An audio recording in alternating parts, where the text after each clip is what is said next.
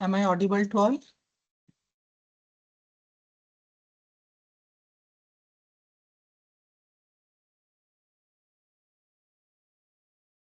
Yes, ma'am. Yes, ma'am. You are audible. Okay, okay, sir, shall we start the session? Yes, ma'am. Actually, my Okay, camera is not getting. okay, Yes, ma'am.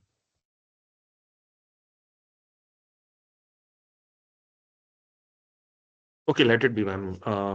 It was working, or I will join once again, ma'am. okay, we are waiting, sir.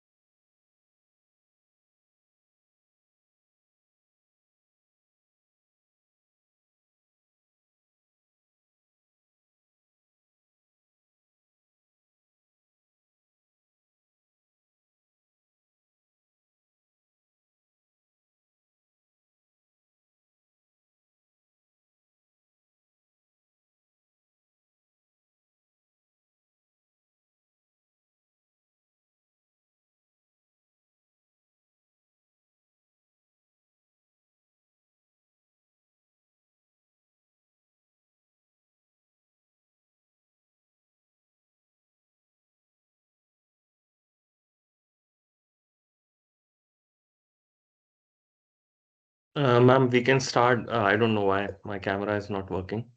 Okay, sir, okay, It is not allowing me to open the camera. okay. So I think it's at your end, sir, no? Yeah, yes, ma'am. It is Okay, from my end. okay, okay, sir, let's start the session, sir. Okay.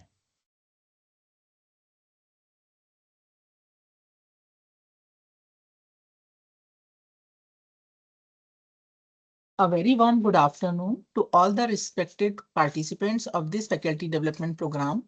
Welcome all in session 11 of day 6. It's my privilege to introduce our esteemed resource person for today's technical session, Dr. Sameer Jain sir, a distinguished researcher and practitioner in the field of artificial intelligence, deep learning, and medical imaging blockchain technology.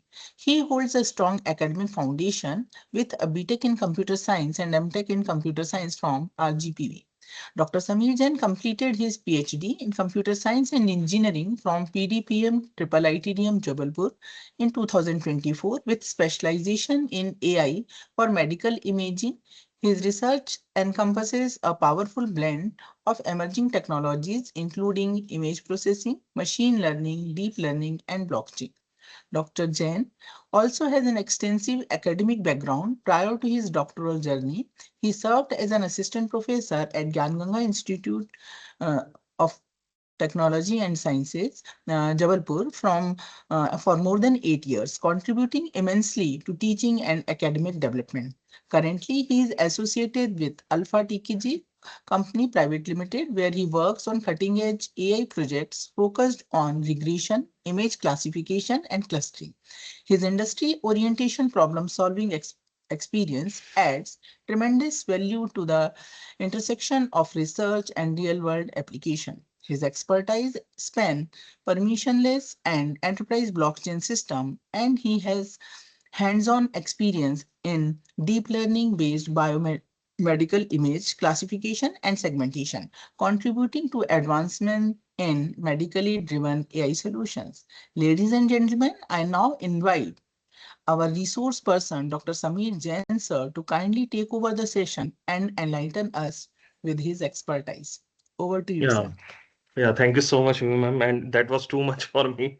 But yeah, thank You you deserve, for sir. You introducing. deserve. No, Thank you. Thank you, no, sir. ma'am. So yeah, so I welcome everybody in this FDP that is on Atal FDP on IoT AI in healthcare, building the future of smart cities.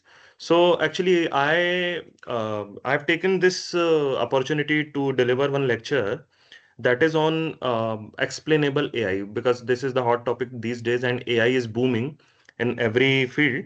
So why not we can go for like looking for the latest advancements and what are the requirements of the AI for medical imaging or healthcare. So I will start with my slide. Yeah. So, AI in healthcare, what are the key application areas of AI in healthcare? So, when you think about like when you are going to a doctor, so you will suppose you are having some treatment of your guts. So, you may have endoscopy going on to your stomach. So, there are many techniques that doctor treats you. So, one thing is that the procedure, so diagnostics and imaging. Second thing is that if a doctor prescribes you some medicine, so AI also helps in drug discovery and development. Now, suppose he does something using some robots or he plans your treatments. So, AI can also help in that field and administration and operation because if you think about big hospitals, how they take care of their patients, how they go for surgeries and operations, all that, not only in the part of patients, but also in the part of administration also. So here, in every field, you can see that AI is helping, and in especially in medical imaging, we can think of these kind of areas where AI is helping. Now, the most important thing these days, apart from AI being a tool that can help you in finding out some solutions, how AI is working. So there are certain things that we need to think upon, like whatever the results are, they are good or bad, but how AI has come up with those results. So it is again a black box because we don't know. Like if you think about Chat GPT or big models like generative AI, if Google like that is Google VO, so that produces some images or videos. So how it is doing, we don't know. So again, AI is a black box. So what is going inside that particular model or that particular tool, we don't know. So this is the important thing that we need to actually think upon. Like if we are not able to get that how our model, like suppose you have developed a model and that takes some inputs and it gives you some outputs. So how the model is giving you that particular output. Suppose I have created a model that predicts some disease based on some inputs like image. So I have given brain MRI image and it is giving you that if there is malignancy in that particular image. So how you will like it is producing model is giving you the result that it is a malignant image, like it has certain things that it can tell that yeah, there are certain things that can that shows that there is some disease inside this in the patient's brain. So how it is doing, we don't know. So again, AI is a black box, so we call it as a black box. Okay. So why there is black box? So first thing is that, like, you already know that there are certain companies, they have their own protocols and they have their own uh, what I can say is in the part of documents and all that. So they don't want to disclose that what model they have created. They just give you an interface that user will buy something from them, and then user will use that thing, but user will not come to know that how it is working. So there are certain internal workings where they don't want the user to tell that how it is working. So again, that is an opaque thing. So, second thing is that not always you will get you know, a source code that is common for all, or that is available for all. So there are certain things named as protected intellectual property. So these companies don't give you, will never give you that how their model is working and what is the code behind that model, and how in what language and what part that code is written. So that is also another thing. Now, these here, since you have seen that there are generations of AI, like from 1960s, the AI is there, but and it was like from started from game playing or something. Small problems were being solved, and today AI is solving many big problems. So it has become an organic black box because yes, the black box, it will come. Definitely, it will come because not always we can have explainability inside AI. So that is organic thing, like that comes naturally. So, what is the main thing behind these days is we are relying on deep learning models because there is huge amount of data, like millions of images. We'll talk about computer vision. So there are millions of images that we are using to train a model. Like suppose there is a model that identifies like real world objects. So there are millions of images and thousands of classes are there that model used to identify. So again, if it is identifying millions, thousands of classes using millions images, so deep learning network is there, and it has like thousands of layers. So suppose it is a multi-layered network, so we don't know that how this model is predicting inside what is going on inside these hidden layers. So again, it is a black box. So this is a problem with the more uh, uh, complex the problem is, more it is unexplainable. So that is what.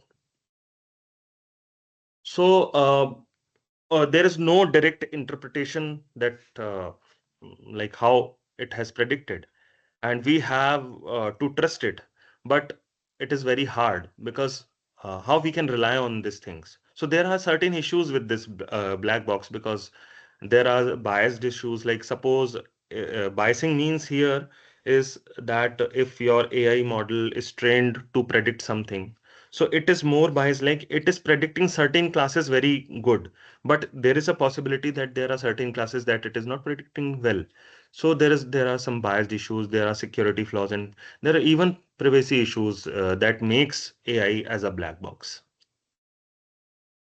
So here we come to like how we can identify how that particular AI model is working on. So using explainable AI, we can make these systems transparent and reliable.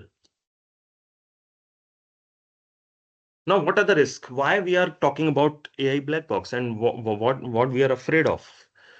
So first thing is that suppose if you are using AI for medical thing like in healthcare, and it is actually the crucial thing. Suppose if a patient, if we will identify or misclassify the particular disease, so there will be issue of losing his life for a patient.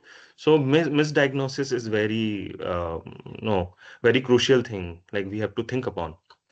Then equipment specific overfitting, like overfitting means like suppose we are using a robotic surgery, so that equipment is like using AI. So if that equipment is good or bad, or like it will be helpful in that particular patient. If suppose that particular patient is having tumor, so if AI is suggesting that yes, we can do the surgery for that tumor, using the robot. So is it so that we can use because we don't know how AI works, and uh, it will be helping that in curing that patient. So there is low clinical trust biased against demographic groups, because suppose that particular device is made for people in US or Europe, but same device, if it is useful for Indian people or not. So that is also important. And legal non-compliance, that is the part of like political things. So these are the areas where we can have like AI models, black box AI models have a risk. Now, what is Xi? So Xi is explainable AI. So it refers to the AI systems we can understand how they are predicting. Okay, and it reduces the opacity. Opacity, because earlier the models were very small, so there they were like we were able to find the mathematical correlationship between all those things how AI has predicted. But in case of deep learning based models, there is something that is known as backpropagation. So mathematically, we are not making any like model. So what we are doing is we are applying some hidden layers, and we are tuning that model based on certain things, like we are changing the loss function, we are changing the number of epochs, changing the number of layers, adding and removing the layers, adding and removing certain things like uh, dropping the certain neurons in that particular network. So like we are developing a model by hit and trial basis, on the basis of hit and on the basis of outcomes. So for that, if we are able to explain that how this model is performing after like changing that model, so this will be very beneficial for us to get the correct path in which we are moving. It also helps in detecting like bias errors and reasoning patterns, because pattern is something that our AI model wants to find out if it is learning something. So if an AI model is learning something, it means that it is learning some patterns in that data or in that image. Okay. And it is essential because there are high risk sectors like healthcare. So in those cases, like not only healthcare, but suppose AI will help in getting the information related to if we are taking a flight from a certain place, so it is around like 12 hours journey. So AI will help you in predicting whether or not this flight will be based on the atmosphere of other places. So it can help you, AI can help you in finding out that thing. But if it is not good, like AI is biased towards the results, then it may happen that it will be on the risk on the lives of the people who are traveling through that aircraft. So this is also a thing that we need to understand.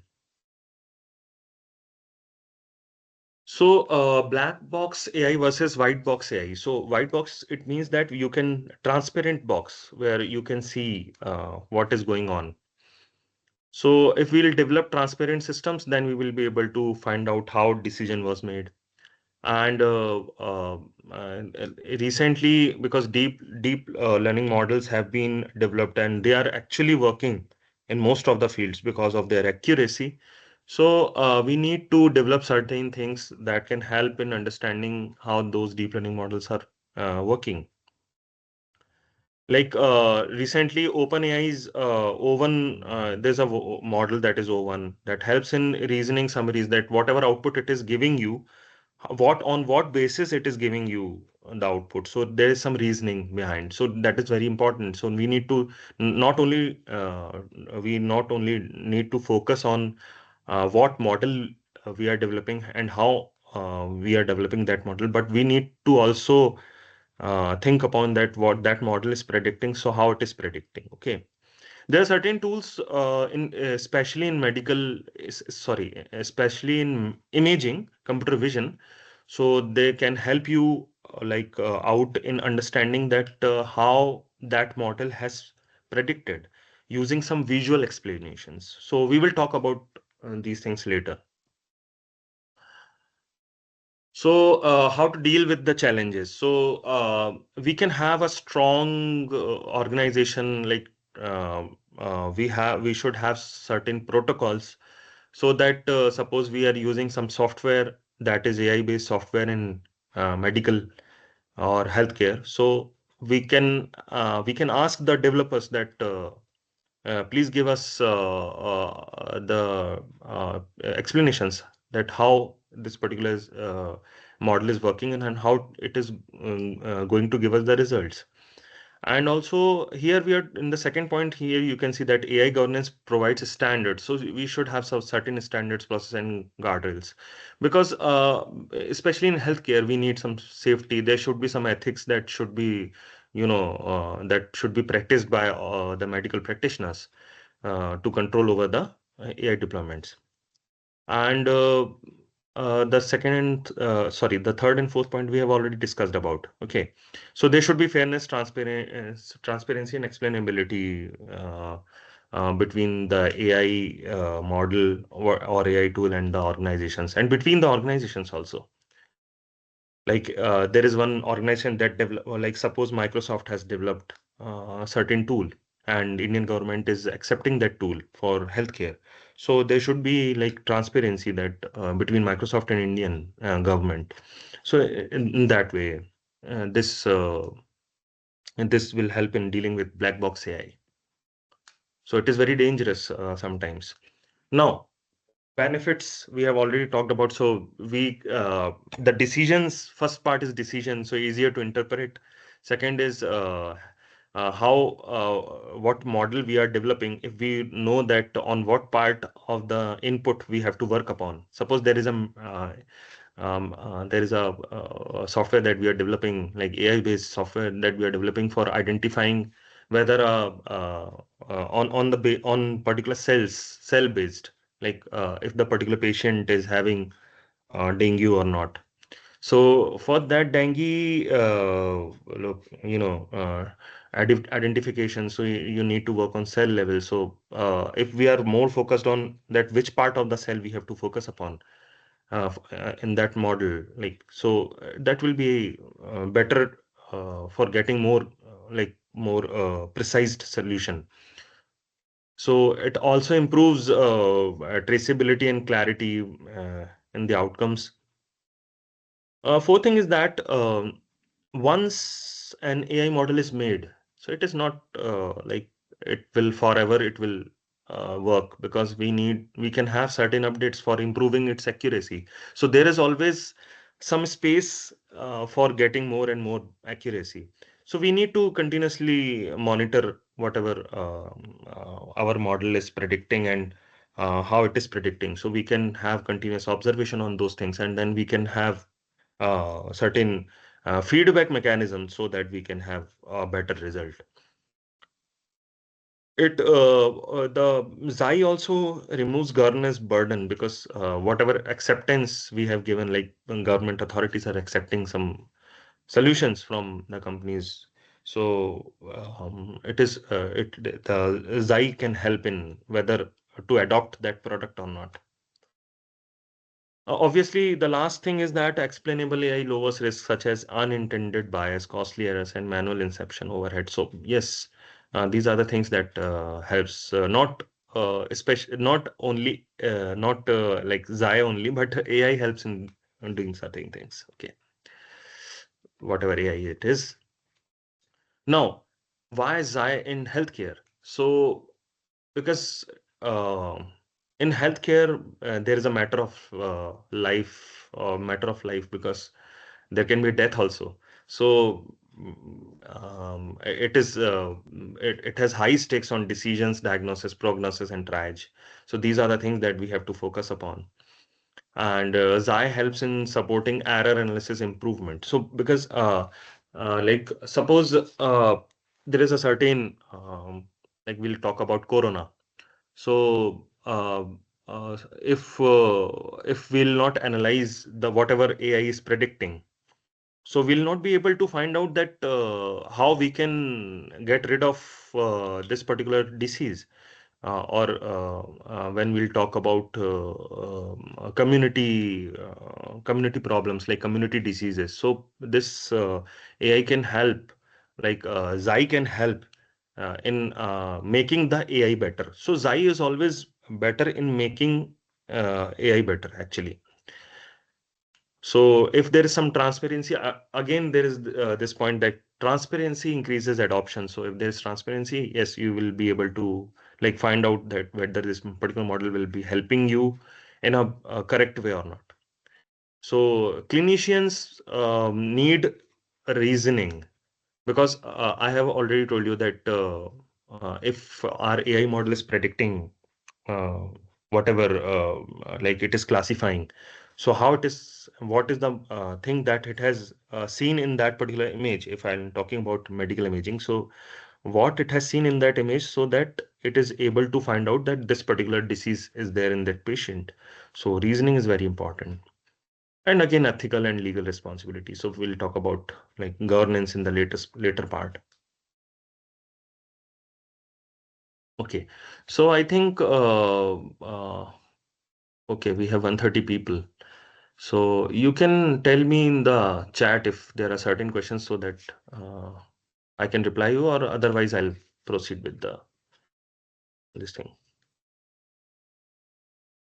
If there are no questions, then I'll proceed.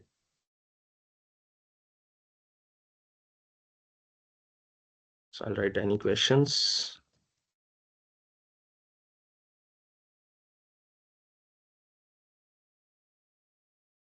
Yeah, Shelly is asking something. So is there what Shelly is there? Okay.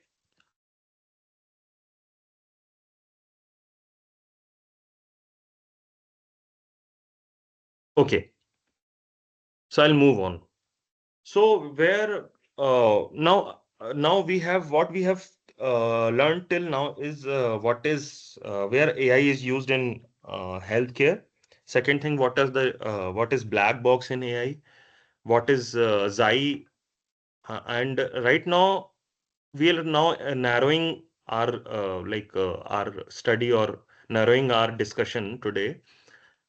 Now we are coming to Xi for computer vision. So where Xi can be used in healthcare, especially in computer vision, because there are two things. One is computer vision, and second thing is LLM, like large language modeling, where we are using chat GPT and all. Okay, so that part I have not covered, because we are more focused on computer vision. So we are talking about imaging, like Xi in medical imaging. Okay, so where medical imaging comes is in radiology. So there are CT, MRI, and X-ray images. In pathology also, because there are microscopes that we are using, and from that microscopes we are taking some images and then doing some research on that. Dermatology is something like, suppose skin cancer we are talking about, so there are certain images we can use to train the AI to find out what kind of disease it is. So in dermatology also, ophthalmology is something based on related to eyes, like diabetic retinopathy and all. And this Xi will help in highlighting the image regions, like highlighting those places inside the image where that particular disease, if it has identified that there is a disease. So where is the disease in that image? And if it is identifying it as there is no disease, so again we can find out what are the normal areas in that particular image that you are saying that it is not a disease. So here, these are the fields where we can apply Xi in computer healthcare. Also, using you can also do your research in these fields also. If we are talking about medical imaging, so CT, MRI, X-ray, you can get the databases, data sets on this, and then you can start your research. So this is not only FDP is not only for getting inputs on what is going on these days, but also you can align your research, or you can start your journey for research based on certain fields if you will like it.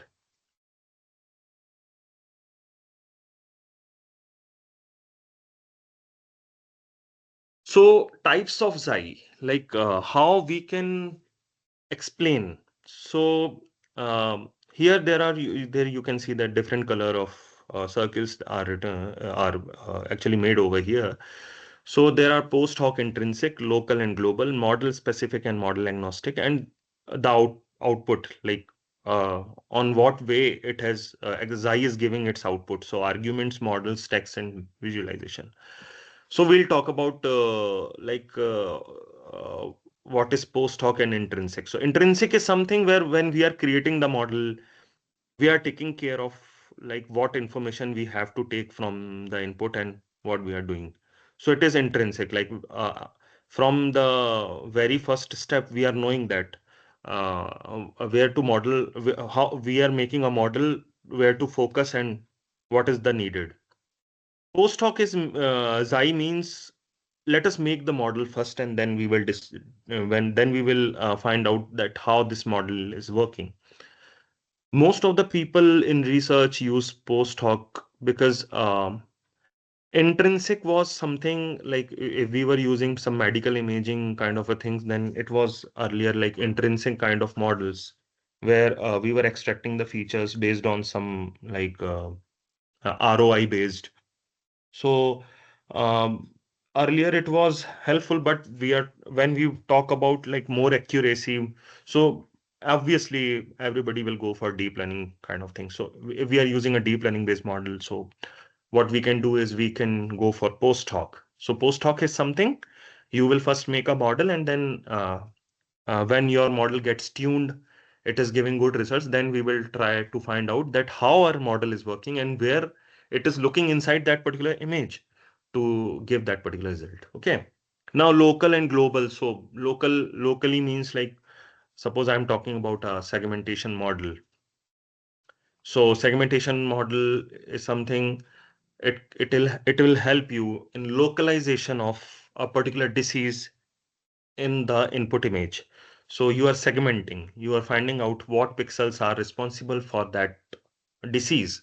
So this is local, like local features we are talking about. Global features are something like whole image we'll take and then we will tell you that this is the class or this is the disease that is inside that image. Model specific means certain Xi techniques work on certain models and they will not work on other models, so that are model specific techniques. Model agnostic techniques, lime is there. So certain techniques are there that are not dependent on the model. They will find their own way to find out and that this particular model is how this particular model is predicting this thing. Okay, then you already know how Xi is giving you the result. So this is the table. Actually, not everything I will explain you in the PPT, but this PPT I will give each one of you that so that you will be able to like what I am saying, you will be able to figure out that or you want to do more, like you want to understand more, then you can take the inputs from this PPT. So I have written like these are the major kind of Xis. Like in the last PPT, I have told you that these are the major parts, but these are very specialized way of like understanding the types of Xi. So intrinsic, post hoc, feature attribution, concept based explanation. This I will tell you certain things from this table. I will tell you. Okay, not everything will I will be able to cover in just 1.5 hour because we not only coverage is important, but also how we need to understand that how it is working and some deep insights into it. So let us first go to the post hoc thing. So post hoc thing is very important. Most of the people, like 90% of the people, use post hoc techniques these days because they are using deep learning models. So there are certain things like Lime, SHAP, GradChem, counterfactuals. So this is very important. Like counterfactuals are very, you know, they are not seasoned. So they are actually we are developing those things. So the earlier three things are seasoned actually. They have now get matured and counterfactuals are actually something that are very popular in these days 2025 and in the coming days also like in 2026 also you will be finding some research papers on that. So I'll be discussing later on. So here you can see that in the right side figure You can see that original images, certain images are there. And think about a model. Suppose there is a deep learning model that is identifying or classifying that particular thing. So suppose first thing is some animal that is standing over uh, yeah, or sleeping over that tree. Second thing is you have to identify that on what is the where is the chair and all that, how it is identifying. Third is where is the horse. Fourth is where is the beetle.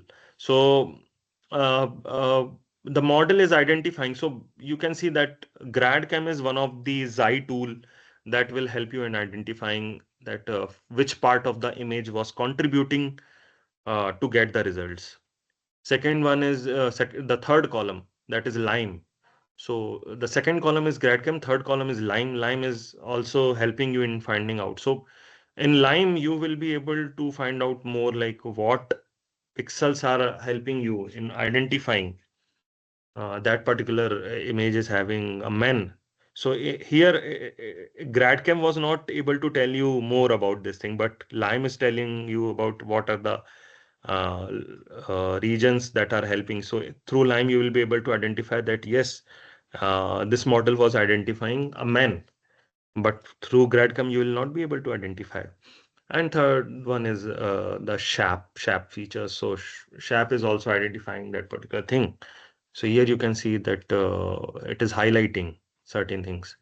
So these are certain Xi-based technique, sorry, the techniques that are developed for Xi, in especially in deep learning models. Okay, so first thing is GradCam. Uh, how much time is left? So that okay, it is 14:40. So I think 3:30 I have to complete it. So GradCam is something that because there is a neural network. So if we are talking about deep learning network, so there will be weights and there will be some gradient computation so that based on the gradient, the weights are getting changed. So there is some feedback mechanism that is known as back propagation. So gradient is something that that particular it will identify the sensitivity of that particular pixel. Okay, in a particular location. So for every pixel, the gradient is computed. So GradCam takes the gradient and it finds out that what locations in that image, what pixels in that image were helpful in identifying that that particular image is belongs to a particular class. Okay. So original image is there, and it is saying that suppose this image is identifying, this model is identifying that there is some dog. So on what basis, like where what pixels were helping in identifying that that particular region is a dog. So red region in GradCam is the most important, like highest gradient. Okay. So those red regions will help you in finding out that particular thing is important. Those pixels are important. So they are very important areas in the image. So suppose if you want to identify that that how our deep learning model is working, so you will input that image, you will find out the GradCam saliency map, and then you will be able to find out that based on this region, our model is working. So this will on not only explainability also supports your research actually. So you have developed a model. So using that explainability, you will be able to give some like some input on like why my model is better. Okay. So here, this is one of my research. I've not taken all my research here, but one of the research was that I was using two models like SegNet and GradCam to identify or localize a particular anomaly.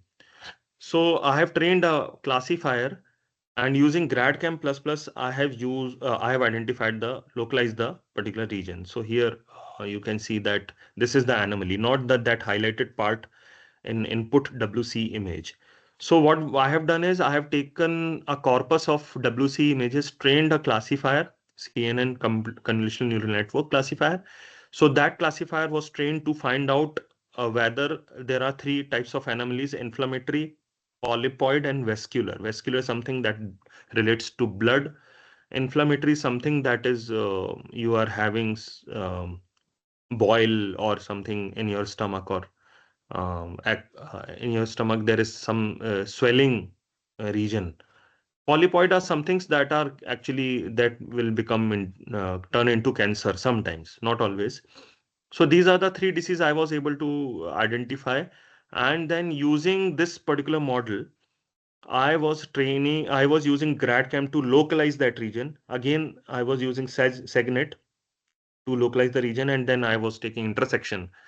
So this was intersection helped me, like if GradCam is suggesting something and SegNet is suggesting something. So we I have taken the intersection. Like if both are suggesting that particular pixel, then that is actual pixel. So here you can see at the right side that there are certain heat maps that I've generated, and based on these heat maps, I was supporting that my model is actually learning something that is a GI disease. GI means gastrointestinal disease. Here, there is one more example. In the left side, you can see this is the research paper of 2025. So they are actually telling that there is some CRP instrument and CRP polyp. So they are identifying that there is one polyp over and using the GradCam heat map. Now, so one is GradCam, another one is Lime. So this is feature attribution. Okay, so we will take the feature attributes here, not the gradients. Earlier was gradient thing. Lime is something, suppose I have, think about a photograph. Okay, that photograph is divided into certain blocks. So we will like collect those blocks and put them in certain orders so that we will find a photograph. Now suppose I will remove some block and I will find out whether uh, after removing that block, if I'm able to identify that this is the photograph of that particular thing. So perturbation is something where we are removing certain regions from the image and ask the model to predict if it is predicting the same class or not, correct class or not. So can anybody tell me? I will ask everyone. So please tell me that suppose uh, uh, I am removing a certain area in the image, and even after removing that area in the image, I am getting the correct class. Okay. So are those pixels important or not important? Anybody? You can have in the chat. Can anybody tell me?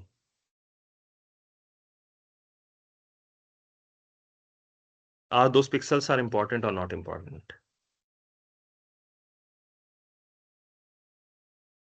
Okay. So I think okay, I'll be waiting later on for your answers.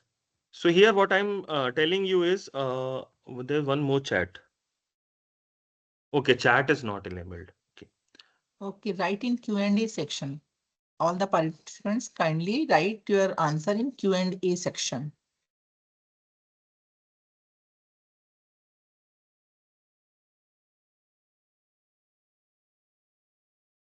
All right. So I'll take your question answers later on.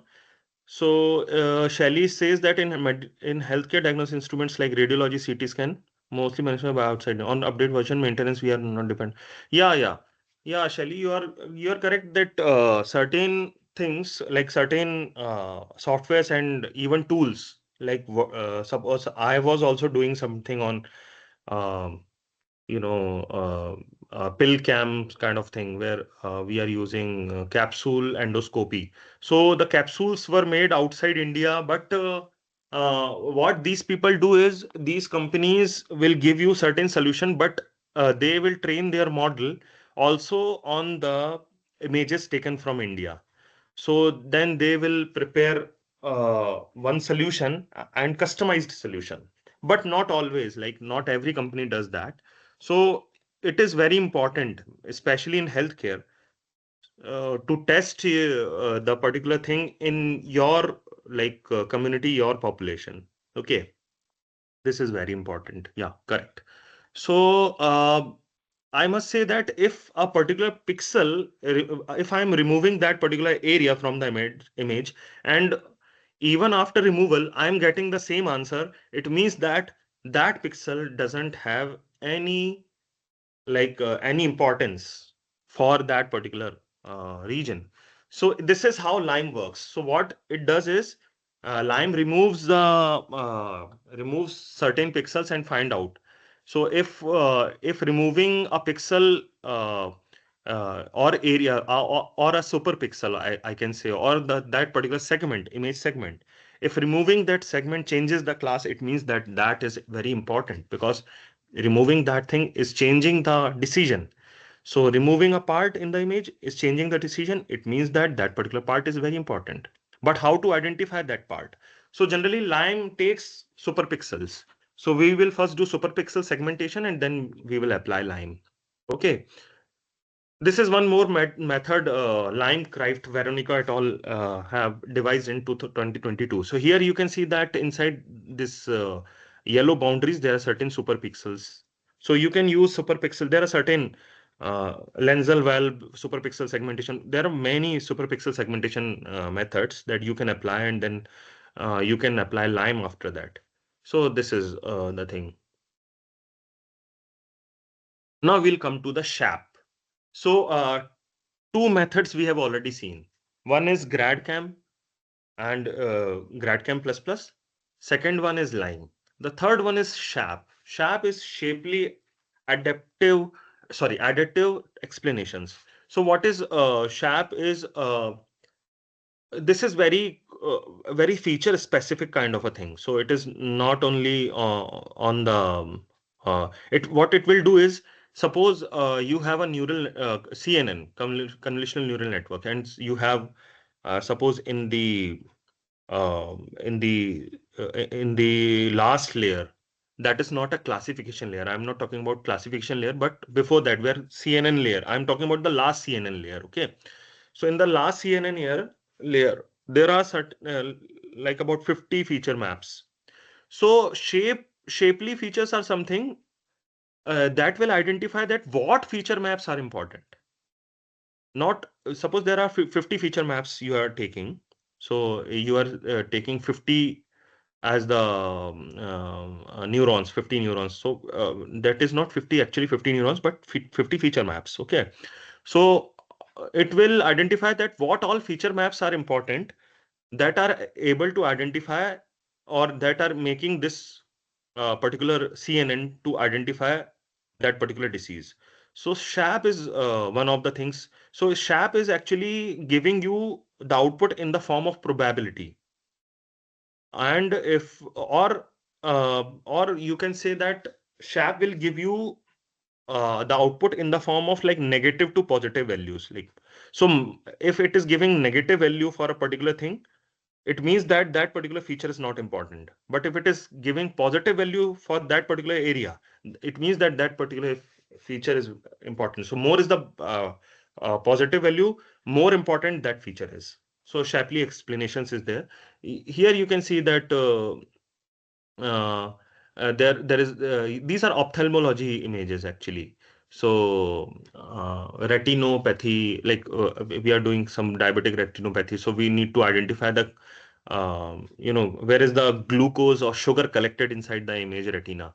So glaucoma detection. So here you can see that there are certain red spots. So these are shapely values that are actually identified, and here you can see that red is giving you more. The red spot is, it means that Shep has identified that particular area is important in the image. Okay, so this is the thing. So SHAP for images works on superpixels. It works on CNN feature maps. Okay. So there are two examples I have written is that a feature map detecting lung opacity. So lung opacity is something, suppose uh, uh, like if there is pneumonia, okay, so there will be a bulge of fluid that will be deposited. Maybe pus cells will be there inside your lung if it is pneumonia. So if a lung is opaque, it means that your lung is good. But if it is, sorry, if it is more opaque, that it means that it is not good, because um that deposition of certain pus cells you will be able to find out. So in an identification of pneumonia, we can use shapely features. Also, it can help in clear lung texture we can have with the shapely value. So for pneumonia identification, because corona was all being diagnosed with that particular thing. So if we'll pass X-rays through our lungs, if more is the black region, more better your lung is, and you will find certain white spots in the X-ray on the lung, because X-ray, when it will move to airy part, it will give you black spots. So black spots are good. But if it is X-rays passing through something that is not allowing like to pass through, so there will be white regions. So that is very like dangerous. Like yes, there can be the deposition of certain pus cells. So here, how we can identify. Okay, so there is comparative study. This is one of the research I have found. So it is a trustworthiness index. These people have identified trustworthiness index for explainable AI in skin lesions. So they are talking about skin lesions. Okay, so here they have compared with GradCam, Lime, OSA, and SHAP also. OSA I don't know actually. So GradCam, Lime, and SHAP I have already discussed about. OSA, maybe occlusion saliency is there. OSA means most probably it is occlusion saliency. Occlusion saliency means like you are hiding certain thing and passing through that model only. While in Lime, you are creating a different model. So there is something different in occlusion saliency and Lime. Okay, so here you can see that they have created one metric to identify whether that metric will tell you whether your model is explainable or not. Okay, so lower values are not good, higher values are good. So here SHAP is not performing well. So it shows that yeah, tick size value is very important. Okay. Now, this is the thing that I just wanted to include it in this session. That is concept activation matters vectors. So, concept activation vectors are very, very, very new in explainable AI, where we are adding, like we are giving some concept, like in the form of words. That yes, I will ask I'll train the model by giving some inputs. Like suppose I want to find out whether there is bleeding inside the stomach or not. So there is this if there is bleeding inside the stomach, we will call it as vascular anomaly. So I'll tell you.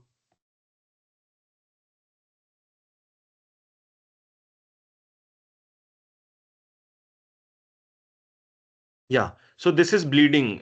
When you see that first three images, you will see rad places. So this is bleeding inside the stomach. Okay. So if you find out, if you want to find out, so I will write a sentence, or I will explain something as the input to the model. So input is model is also getting some input. Okay. That look out, there are certain bleeding things, like red things or blood kind of thing you will see. So this is what, let me go to that slide. So this is what is taken inside the concept activation vectors. So a vector representing a human understandable concept. Okay, so that is stripes, wheels. Okay, blood or a polyp or something. A linear classifier is trained on the activations from a specific layer, okay? Like if there is 100, like I'm using ResNet 50. So there are 50 layers in ResNet. So I'm taking the 25th layer, so specific layer, using examples of concept versus a set of random examples to find the direction, okay? So there'll be random values, like I'm giving a concept that there should be stripes, and there are random words also like stripes, squares, lines, or wheels, or spots, or circles, like that. To quantify the sensitivity of a model's output to a given concept, So concept is here stripes, okay, and sensitivity of a model. Like if I'm giving this concept, a model should highlight that whether there are stripes or not. So it can answer the questions like how much does the presence of stripes influence the model prediction? That that is in a zebra. So here you can see. So this is a actually what poster I got from the internet where it was explained that how this CAV performs. Okay. So like uh, in a very superficial way, I'll tell you that I'm saying that this is original, and if they are using GCAV, so they have given striped as the input. So it is now identifying the stripes. Okay, that yeah, stripes are there. So it will help you in identification that what your model is understanding. So this is very good concept. Like concept activation vector is very nice thing and very latest one. So you must read about CAV papers, latest 2025. Okay. Another paper I got that is 2025 towards generating more interpretable counterfactuals via concept vectors. Okay. So here you can see that wherever there are actually black uh, things inside the lung, black part inside the lung, it means that lung is good. But if you will find white spots, but here they're talking about, they have taken the example of like cardiology, I think so. It was, I remember that it was related to heart actually. So they have used calves to identify the understanding of the model. So they are saying that here visual explanation is towards this thing only. So it is helping you that you don't have to see the whole image, but that image only. Like where I was, yeah, in this. So this was CAV. So concept activation vector is very important. You all people, if you are doing some research and imaging, you can apply this CAV any not only in healthcare but any domain for imaging only. Now, attention-based explainability. Attention-based explainability means what you have to give attention to particular parts of the image, and then you don't have to take care of those parts initially, right from the like first layer of the neural network, or sorry, CNN. So you will focus on that particular part of the image. Okay. So you must be knowing like a chat GPT is there. So generative predictive transformers. So all people are discussing about transformers. So transformers are very popular these days because they have given us a new thing that is known as self attention. Okay. So attention based explainability, self attention. So attention based explainability can be done using three ways. So first one is classical attention rollout. That is, there are certain attention mechanisms like squeeze and excitation, that we have that you can read about the attention mechanism, self attention. Also, I have in one of my research, that is CoinNet, I have devised a new statistical attention mechanism. So attention based we can go for. Other one is gradient weighted multi-head attention, because in CNNs, sorry, in VITs you have multi-head attention. Multi-head attention means I'm making three people to like three heads to make attention on three different things in that image. And all these three heads will help us. in identifying that particular anomaly in that image. So that is what. And Lee grad is layer wise gradient based explanation. Okay. So there are three things. Now, what is actually attention in VIT? So VIT, what it does, it takes the image, convert it into patches, and then these patches are flattened and then they are parsed. Okay, just like that large LLMs. Okay, so there is one thing that is known as self attention. So here, each token is something that is generated after embedding. Okay, so each token learns to attend to every other token. So like suppose I am talking about, suppose I'm saying that I my name is Samir Jain. I am teaching you explainability.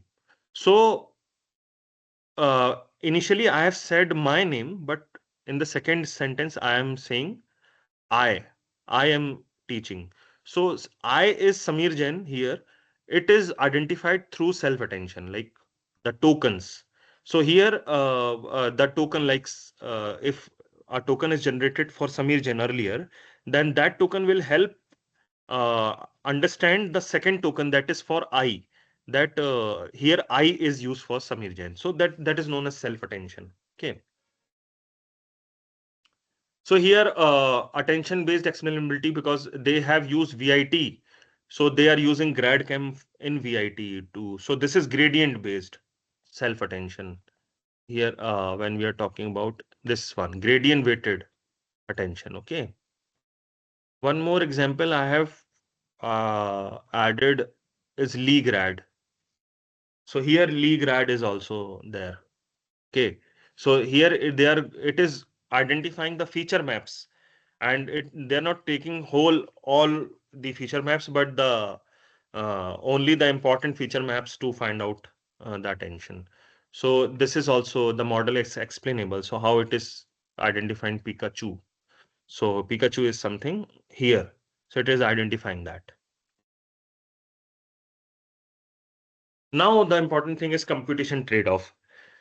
Like we have to think upon that, is this easy to find out the explainability, so explainability of that particular model. So here you can see that saliency or gradcam are fast, low overhead is there, so they're very easy to compute, they're very fast. For perturbation and occlusion are slow and high compute cost, because we have to create the examples. Here there is some generation going on, so you have to generate the examples. So perturbation or occlusion, they take more time and more computation. Concept activation vectors and surrogate methods are moderate. They are moderate, not too low, not too high. And implication is high throughput settings may need lighter eye. Okay, so the implication of these 3 points is that high throughput settings may need light may need lighter eye. Okay, so we have to decide. Now we have to evaluate the explanation. So how we can evaluate that, how this explainability is uh, explainability of that particular model is good or bad, how it is going. So there can be quantitative, just like shapely features. I have told you that more positive values there, then it is good. Now, correlationship between second one is faithfulness. So correlationship between importance and effect in prediction. So we can see that in that particular area of that image, anomaly is present. So it is giving out that particular image on a region or not. Localization, that is IOU. Yeah. So localization is something that are related to segmentation. Stability, like similar explanation for similar outputs. There's one big problem with AI is that for certain kind of inputs it is doing good, but if the same class of input we are taking, but the input is not from the same population, it will not work. So that is unstable. Like for that particular software is working for Americans, but is they're not working for Africans, or the breeds that are having different kind of features. So maybe it is possible. So it should be stable. Like if you are devising a software, then it should be good for all the populations. And the last thing is efficiency also, because uh, although it is explainable and we are going to show the explanation, but it should not have a high cost. Okay, so this is important. So we have to measure and then we have to investigate. So human centric evaluations are measuring and investigation. Okay, so how's the accuracy? Like suppose I've taken 100 samples. So out of 100 samples, how many samples were it was doing it correctly, and we have to investigate that in the correct outcomes. How many of the outcomes were it was able to explain. So we have to investigate on that. So I have a question. Like, does Xi help in detecting model failures? Yes. So heat maps on irrelevant anatomy. Like suppose um, anomaly is present somewhere here and the heat map is here. Although it is giving correct output, but if the heat map is wrong, it means that your model is learning something different. Okay, that may not be good for the outcomes. Okay, very diffuse or overly concentrated blobs, um, somewhere there are very the localization is very small, and somewhere that localization is covering whole image. So if the localization is covering whole image, then what is the importance of localization? So this is the thing. Disagreement between different explanation methods, like Shapely is doing different thing, GradCam is producing different results. So GradCam is saying that in this particular part of the image it is doing good, but Shapely is saying that this particular image part is predicting. So this should not be like all of them should give the same results. Okay. So explanations can be nice, but sometimes it may be unfaithful. Okay. Now we have to talk about environmental sustainability. So not always Xi is not always that I'll say AI is always good, because there are certain things we need to think upon, because uh, obviously if you are doing some computation, it means that there's some power that is going and getting used for a computation machine. So yes, we can use Xi for environmental sustainability. How? So here there is some flow chart. So there is a gas heat pump, and there are certain studies previously. So we have certain energy consumption data previously, and then input variables. We are doing some data pre-processing. There are certain models. These are ML models actually. So XGBoost, SVR, and Light GBM, and then LSTM. They are there. So we have to determine the energy demand prediction. So whatever model is having higher energy, it means that that is having high computational cost. So we have to reduce. So using explainable AI, whatever model is better, using explainable AI, we can find it out, and then we will find out. Sometimes it may happen that a lighter model is better, and it is having good explainable Xi. It is giving good Xi. So we will identify that, yeah, this particular model is doing good, and then we can select the optimal outcomes. Okay. So sustainable means today you have devised, tomorrow it will be useful or not. So it should sustain, because today, suppose I have invested $1,000 to develop a project. So I have to see that if it is sustainable or not. If it is, it will be helpful in the coming years or after 10 years or 20 years. What is the sustainability of that model? So we have to check the sustainable CV. CV means computer vision strategy. So we have to, we'll start with explainability. So explainability reduces scans, auditability over time. Then model distillation means we are changing the model. We are making it more efficient, more reliable, more crisp, better it is predicting. So edge-based processing means you are doing it locally in your machine. Then you are using reusable data sets, and in this way, sustainable CV will work on. Okay. So what are the dimensions of the sustainability you are talking about? So it should have low carbon footprint. and the emission should be very low. Lightweight models for hospitals, because we need good results and in a very less time, because it is very crucial sometimes that you have to take the decision at the same time. So model should be very lightweight. Reduces repeated imaging. Yes, obviously, if your model is taking 100 inputs, 100 images to diagnose that particular thing, so it is not good. Like in the minimal number of inputs, it should be able to find out what is good. It should support rural healthcare, because in India we have to focus on rural things, because India is a country of where there is totally the GDP is based on agriculture.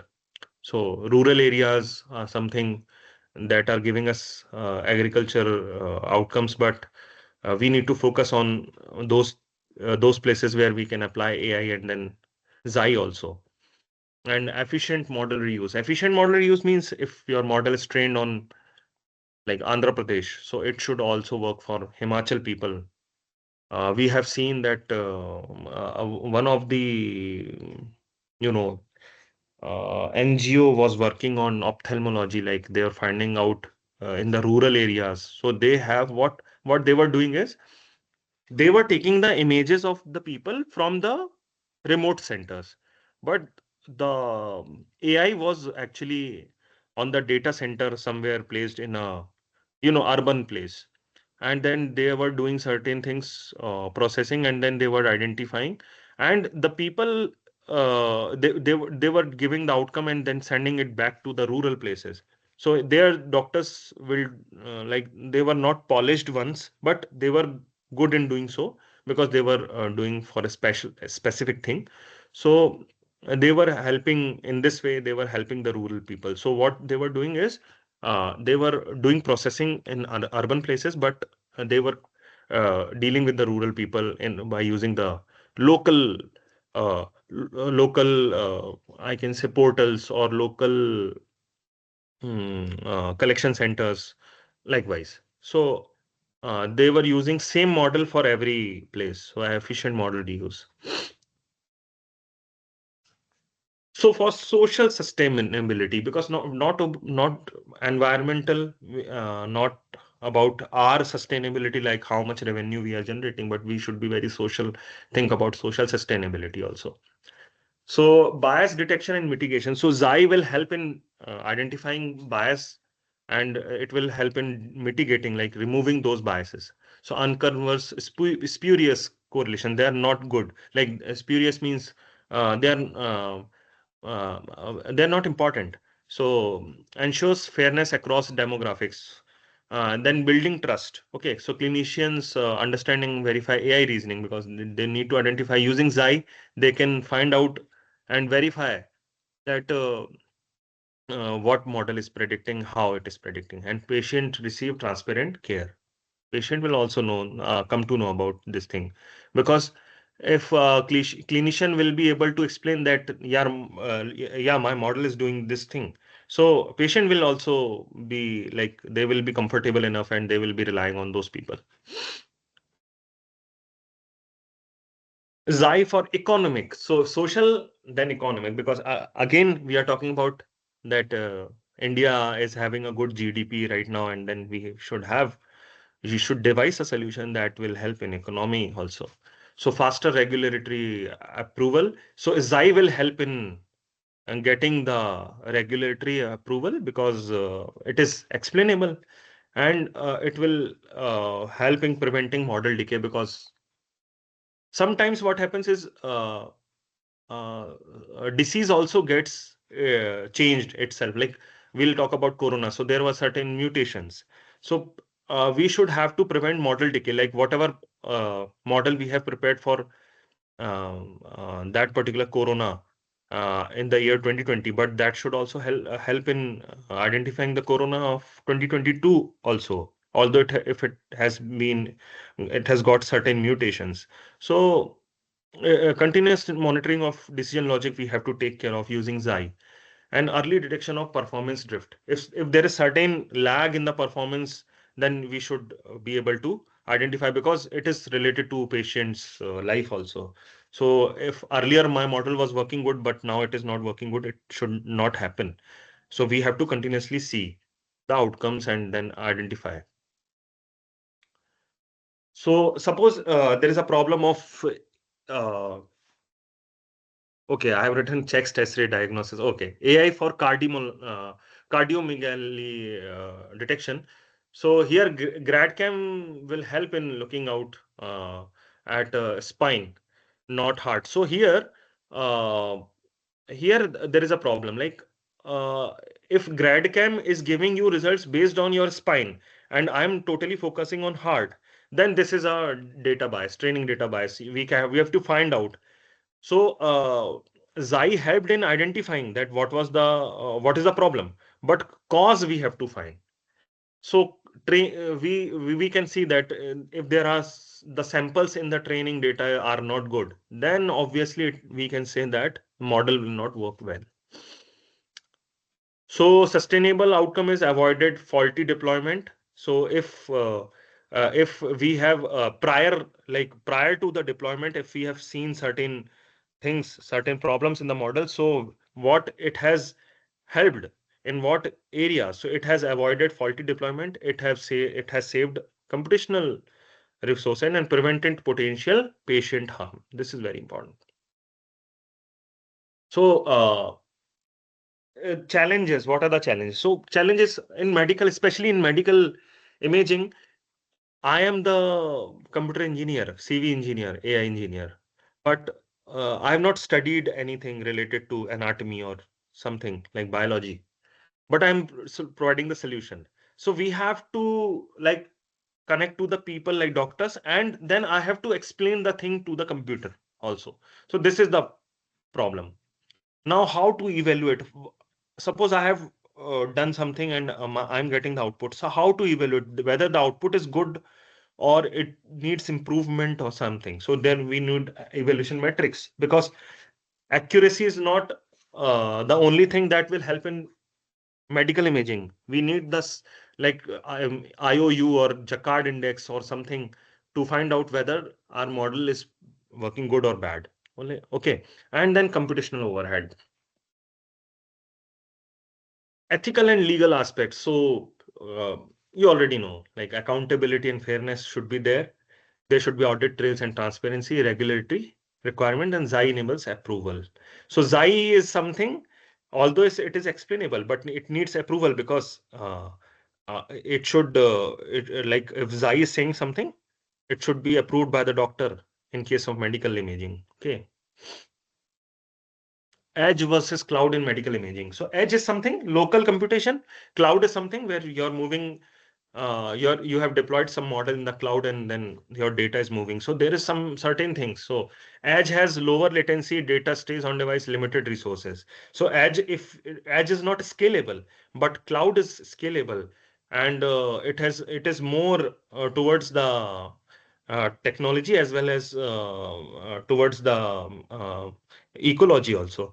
So if we'll move cloud, then there should not be latency, and if and cloud should also be very secured because the patient data is very sensitive. Okay, but edge computing, although it is very small in latency, but it is not scalable. So suppose if I want to make my machine, like I want to update my machine, upgrade my machine actually, so uh, so that will be problem because I need some hardware. I have to install that hardware. Then I have to see the and that what I can say compatibility. But in cloud, if you want to increase the hardware resources just in a single click, you can do that.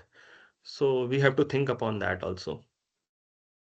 Ethical and regulatory landscape we have already seen, and then limitations of Xi. So approximated explanations. There, so Xi is approximation actually.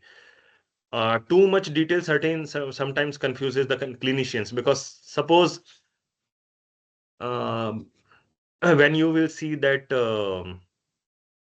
in GI endoscopy, gastrointestinal endoscopy, if there is some there is some fluid inside the stomach that patient has taken as a fluid, as a food. So that fluid may be like it will come into the malignancy, or like explainable AI will like my AI model will take it as malignancy because there is some foreign material that is there inside the stomach, but that foreign material is it is okay because it is not the anomaly, but sometimes it happens that it confuses the clinicians. Not medically validated always, yes. So there is some gap between the practitioner and the developer of AI. So there is a and bias may persist. Okay.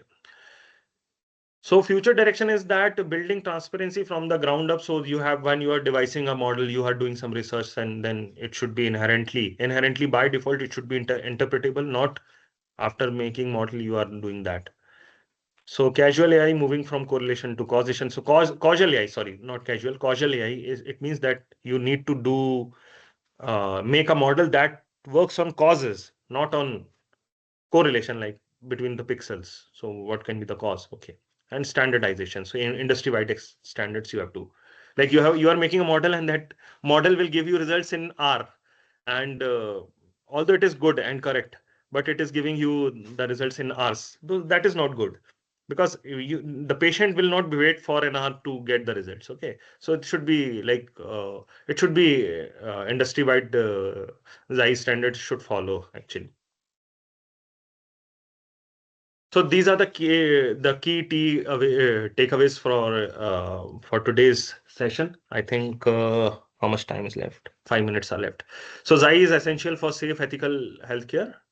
GradChem and Lime. I already told you that it will give you provide crucial insights, and XI enables sustainable AI through reduced resource consumption. Yes, enhance fairness and long-term economic validity. So black box models are risky, so XI builds trust and safety, and sustainability ensures long-term use. Yes. So we have to focus on sustainability also, not only like. So these are the references. Like I've added two research paper links also, so you can go to these research papers for more for learning more techniques about XI. Thank you everyone. So this is all from my side. You can ask me the questions. Thank you, Sameer sir. Participants, if you have any query, kindly ask or raise your hand.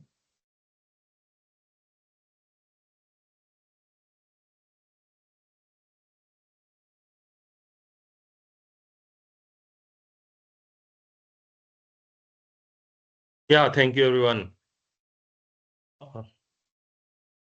To I must thank all of you to listen to me in your busy schedule and to uh, like attend my session. Unfortunately, my camera is not working because it is saying that some other. It was earlier it was doing it was working, but I don't know why it is not working. So I'll share my because I have given my PPT to Dr. Javed, but this is my updated PPT. So I will give you this PPT and share with Javed so that you can read it. Yeah. Sir, share it with us. So we will share with participants. Yeah. Sure. Okay. Okay. Yeah. I think, sir, there is no more question. Okay, so on behalf of, shall I close the session, Sameer sir? Yeah. Sure. Okay. Thank you so On much. Thank you so okay, much. on behalf of the entire organizing team of this Atal FDP Faculty Development Program, I extend my sincere thanks to Dr. Sameer Jain sir for delivering a highly informative and impactful technical session today. Sir, your deep insights into artificial intelligence, medical imaging, and deep learning have added immense value to this faculty development program. Sir, you truly enriched our learning experience. Very nicely, you have explained the topics like explainable AI, XI for computer vision, sustainable CV, etc. in healthcare. The session has opened strong research avenues for participants in the field of explainable AI and sustainable computer vision solutions for healthcare. We are extremely thankful to you for taking the time to share your expertise with us. Your contribution has significantly enhanced the academic depth of our program. Thank you once again, Dr. Sami Jain sir, for your wonderful session and for being a part of this FDP. Okay, Thank you, thank you sir. so much, ma'am, for giving me this chance to deliver my thoughts. Okay, thank Thank you, you, sir. thank you, Thank you, thank sir. you. Thank you. Dear participants, within couple of minutes, we will start the next session. Participants, be connected with us.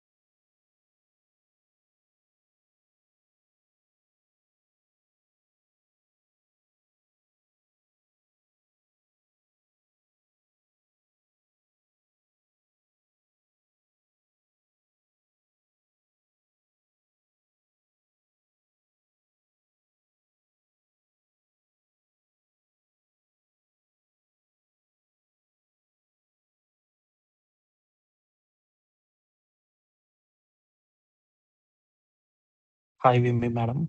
Do you want me to start this session? Yes, sir. Sir, we will start the session, sir. Oh, Okay, all right. okay.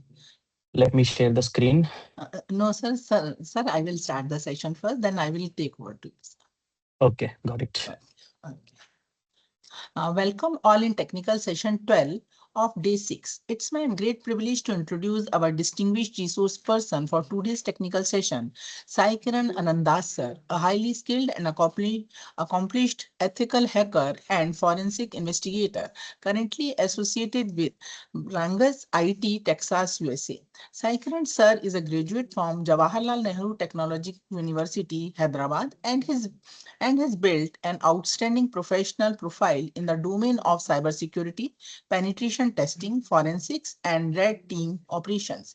He holds some of the most prestigious and globally recognized certifications in the cybersecurity fields like Certified Ethical Hacker, Computer Hacking Forensic Investigator, Offensive Security Certified Professional, Certified Red Team Analyst, Multi-Cloud Red Team Analyst.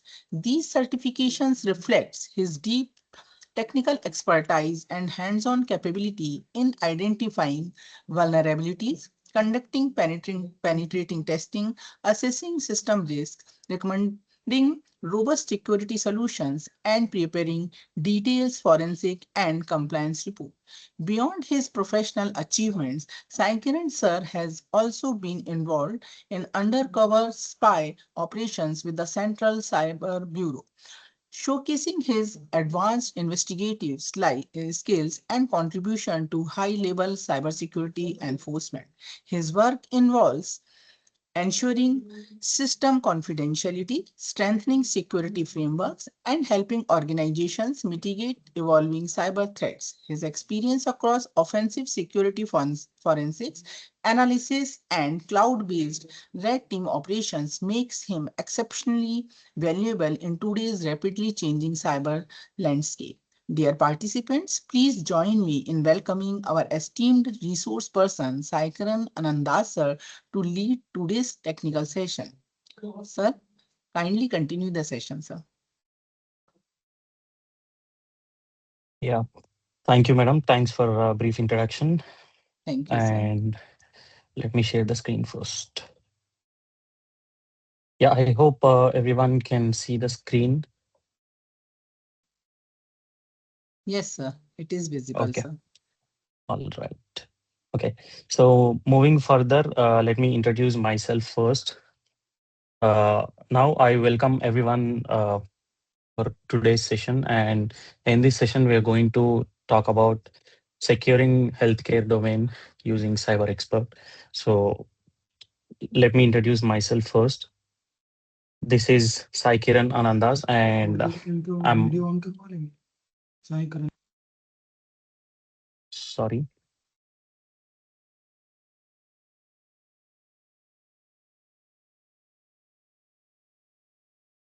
Okay. So myself, I'm Sai Ex- Kiran Anandas. Excuse I me, sir. started. Sorry, sir, Yes, ma'am. disturbing you. Sir, kindly switch on your camera, sir. Yeah. So Javed sir Sir, already told me, since because I was traveling, I am at a remote location, and okay. I barely have internet connection here. So Okay, it's okay, sir. I'm sorry for that. No, no, okay, sir. It's okay. Yeah, Thank you, sir. I came on an investigation work to Mumbai. So Okay, thank you so much. yeah. So participants kindly excuse for the problem faced. Okay, yeah. Let me start the introduction again. Myself, Sai Kiran Anandas, and I started my career as a MERN stack developer. So, being in the development field, I also know how security works.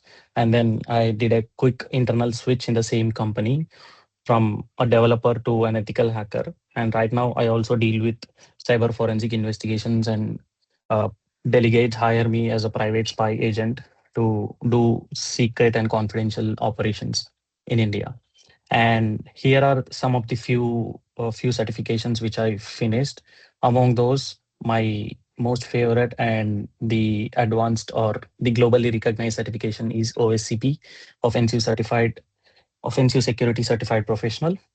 Yeah. So moving on to the next slide. So this will be today's agenda. A quick view of how today's agenda will look like. So we'll discuss more about uh, securing the healthcare as a high risk cyber target. And we'll begin by understanding why healthcare is the world's number one cyber attack. And also, we'll dive into the AI risks, as well as we'll see some real attacks like, pacemaker hacks and insulin pump takeovers and other API breaches. At the end of the session, I would also, give a brief explanation about how an intense cyber operation was done by me and my team, which led to almost like $150 million of loss for that particular company. So we'll discuss such more details in further session. Yeah. And before we proceed again, I would like to inform every participant in the call that hacking is very illegal, and it is such a crime that even without any consent, you do any kind of hacking, criminal activity, something like that, we will be behind the bars for sure. So this is just a disclaimer to get started. And before you try it yourself, or before you do something, or before you try any kind of hacks or any kind of exploitation or network scanning or vulnerability checkups, make sure you do it on your owned networks, and then you can write a report on it for further academic usage. Moving to the next slide.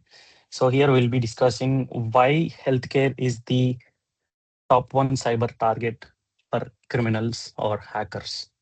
So when people ask why attackers go after hospitals instead of banks, and the simple answer is hospitals simply cannot afford downtime, meaning that a bank losing access is inconvenient, but at the same time, a hospital losing its access is life threatening because it holds a lot of patient health information, which in short called as PHI, is 10 to 20 times more valuable than credit card data on the dark web. So we know how credit card details are being stolen and published on dark web. Similarly, the PHI, patient health information, is also being, breached or somehow attacked by unethical hackers and being published in the dark web. So among these two cases, people are very much willing to buy a healthcare information of a person instead of the actual credit card details. So from this, you can simply understand how important is your health information to somebody, which will also, give some uh, unidentified access to your personal information to other guys, which is obviously a criminal. And many more hospitals run on outdated operating systems like Windows 7 or Windows XP or even Windows 10. From the recent update from Microsoft, Windows 10 is also no longer receiving security patches. So if you are one of them, although you may not run a hospital, but although you are a student, make sure you upgrade your operating systems up to date. And combining that with hundreds of IoT devices, and you get a perfect storm for attackers. So this is how the uh, healthcare is being the number one target in today's cyber target. So moving on to the next slide. Now we'll see some healthcare data and understand how these terms or these mechanisms are helpful for us. Let's start. Healthcare data isn't just name and age, but also it includes your basic information like name, email address, mobile number, and also your medical history, prescriptions which a physician or a doctor suggests you, and obviously the lab results, diagnosis images or X-ray images, and also if you're holding an insurance, we'll also have the insurance information and everything, etc. Okay, so let me give a pause in the middle of the session.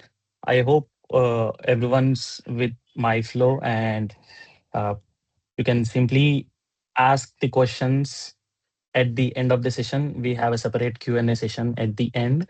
And in the meanwhile, if you're having a question in the middle of the session, make sure you have a notebook and a pen with you so that you can write your questions and ask me in the Q&A sessions. And I would love to answer your questions. Yeah. So continuing the session, once the data is being exposed, this data can be used for identity theft. So when I say identity theft is a kind of attack which is done on a person. Let's say I am Sai Kiran Anandas and somebody else has my personal information with them, and they can pretend like Sai Kiran Anandas without knowing to me, without having any information with me, or without cooperating with me. That particular guy can act as Sai Kiran Anandas, stealing my personal information, my digital IDs, my digital evidences, social media handles, and all those. So this thing is called identity theft.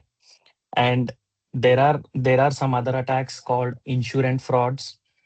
When a person has all your insurance details, obviously he can do insurance frauds as well. Blackmailing and fake medical claims. Although you may not give an actual health claim or health insurance claim, they create fake medical claims telling that your insurance is being expired or it is being claimed and it is no longer available for future use.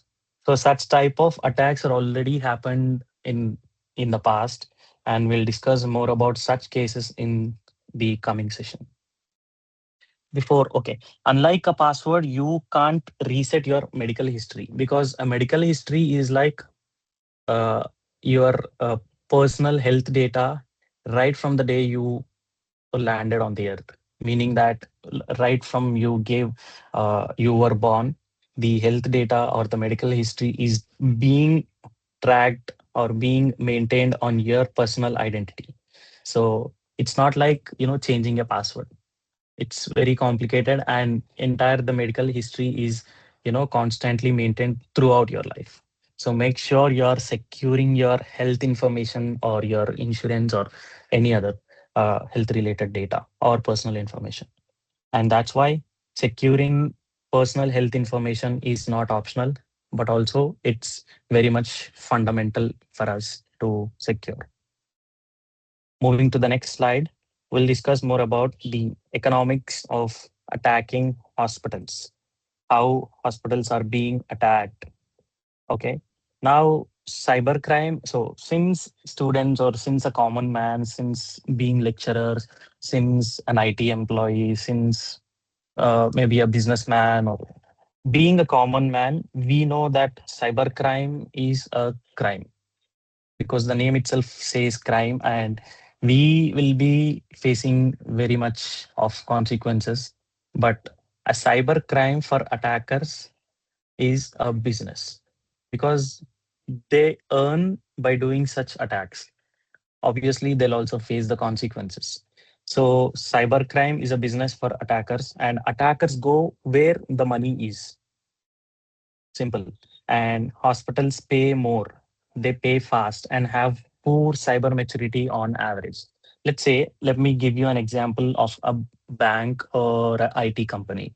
Let's say if I hacked into a bank or I hacked into an IT company assets and I demanded some ransom holding their crores of billions of data with me. If I demand some kind of ransom, being a bank or being an IT company, they have their separate cyber team and they have at least basic knowledge of how these kind of attacks work and how the negotiation goes between a hacker and the organization or a hospital.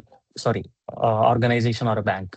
So, but when it comes to hospitals, hospitals are the, they don't know that much technical information. They don't have that much uh, software information. They don't have very detailed information how these attacks are done, especially in the field of cybersecurity. The hospitals are very poor, and they pay more because they don't know how the negotiation goes. Let's say if the attack is done on IT company, they know how much have to pay to get their data or how the things work. They at least have the bare minimum knowledge. And also, since those IT companies or banks, they have a separate dedicated cybersecurity team and they know how to do such negotiations. But when it comes to hospitals, it's not like that. Since they are, lack of knowledge, they pay more. Let's say if I hacked into an hospital and I have some lots of data with me, which is very, secure for hospitals. And let's say if I demand 50% more or double the actual price, they'll simply pay me because they don't know how the business works with cyber attackers or hackers. So hospitals pay more, they pay fast, and have poor cyber maturity on an average. Especially ransomware groups know that if they shut down a hospital server, patient lives are at immediate risks. So that is what they, as we already know, hospitals give much importance and priority to a patient's life. So the hospital will definitely pay the ransom. Either it is a 1 crore or 100 crore.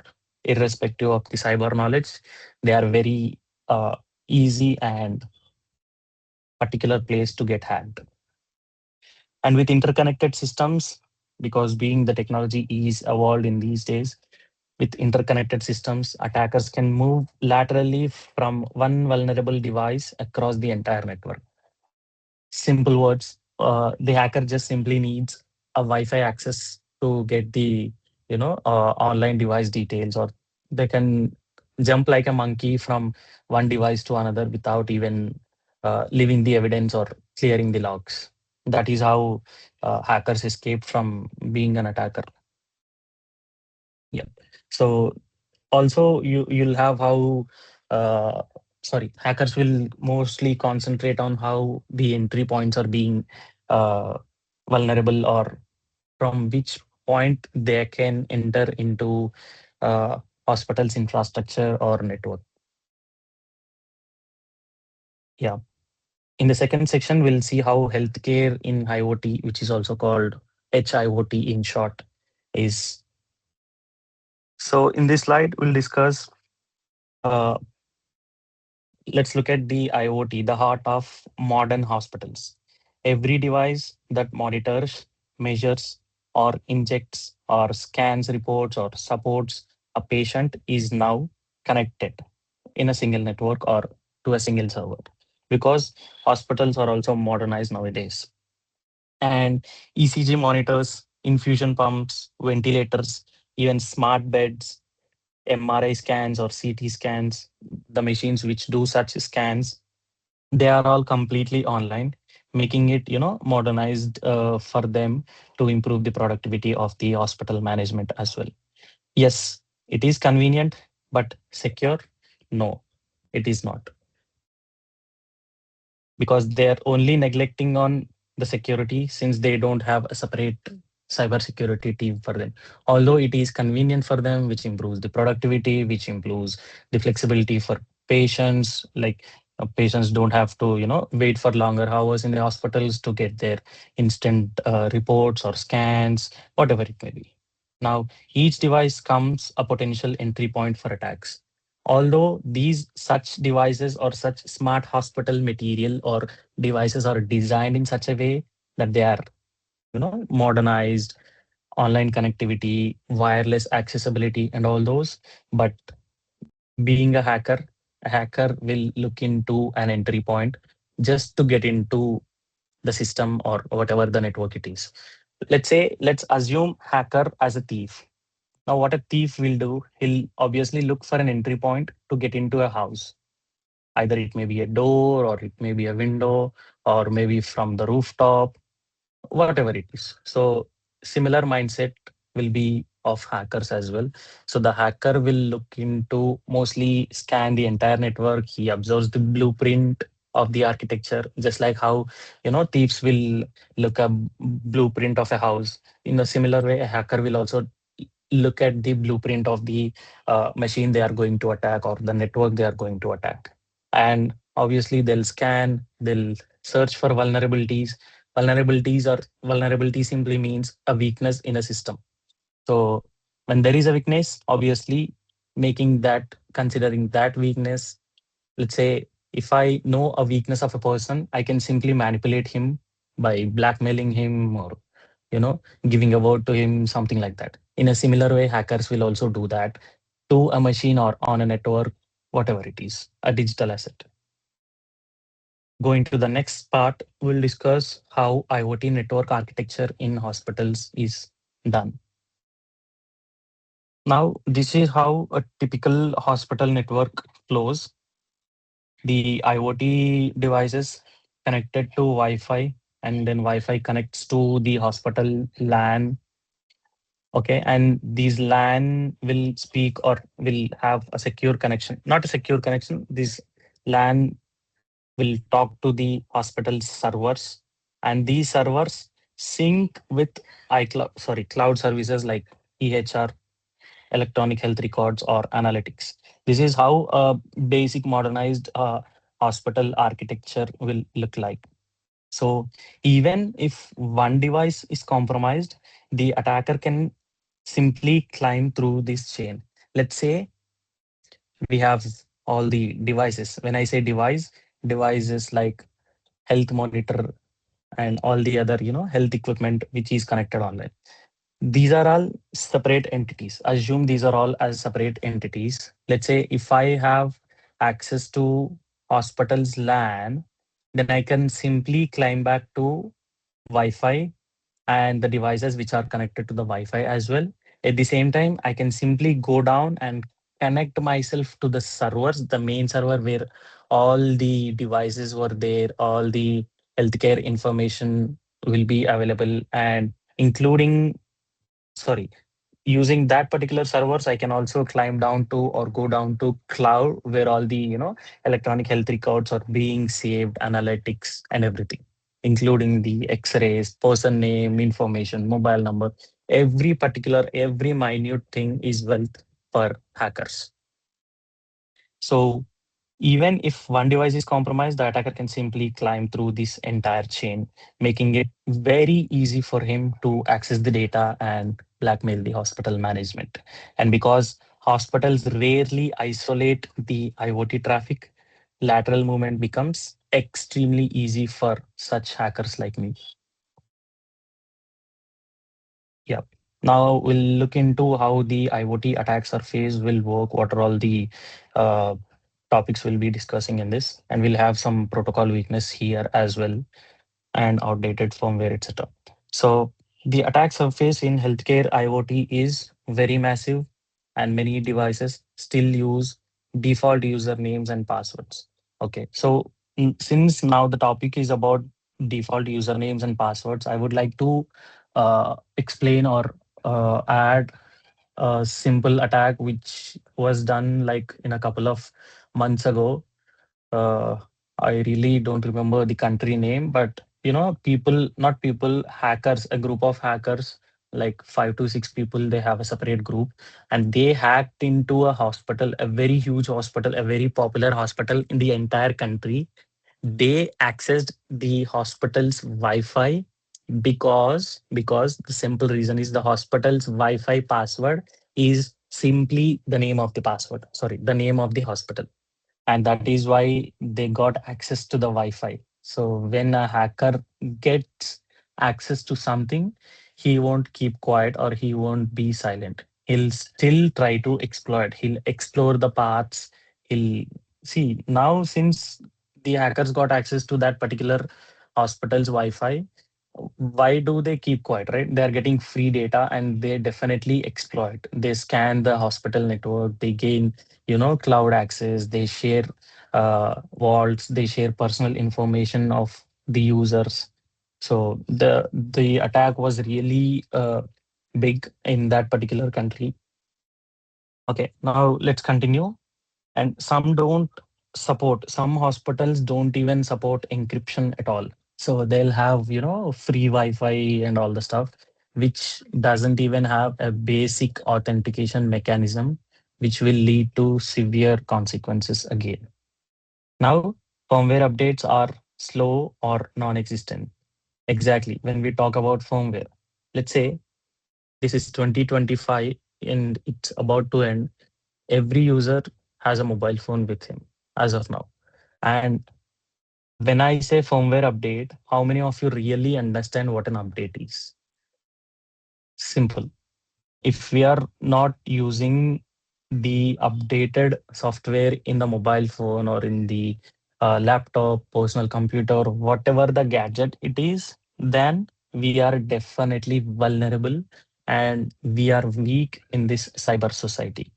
And when I say we are weak in the cyber society, obviously the attackers will have a chance on you to gain access to your gadgets, to your network, to your digital information and everything. This is how, the basic mistakes we do, and we never think how serious the consequences will be. Now, coming to protocols like HL7 and DICOM were designed decades ago, but with no security in mind.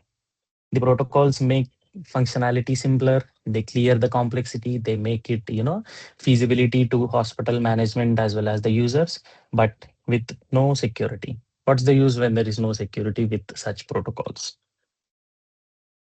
And Wi-Fi segmentation is often weak or even missing sometimes. As I told you, some Wi-Fis are being protected, but with, basic passwords like password as a password, or like we discussed, the hospital name as a password of the Wi-Fi, which led to some crores of uh, finance or some crores of currency has been lost or being faced by the hospital.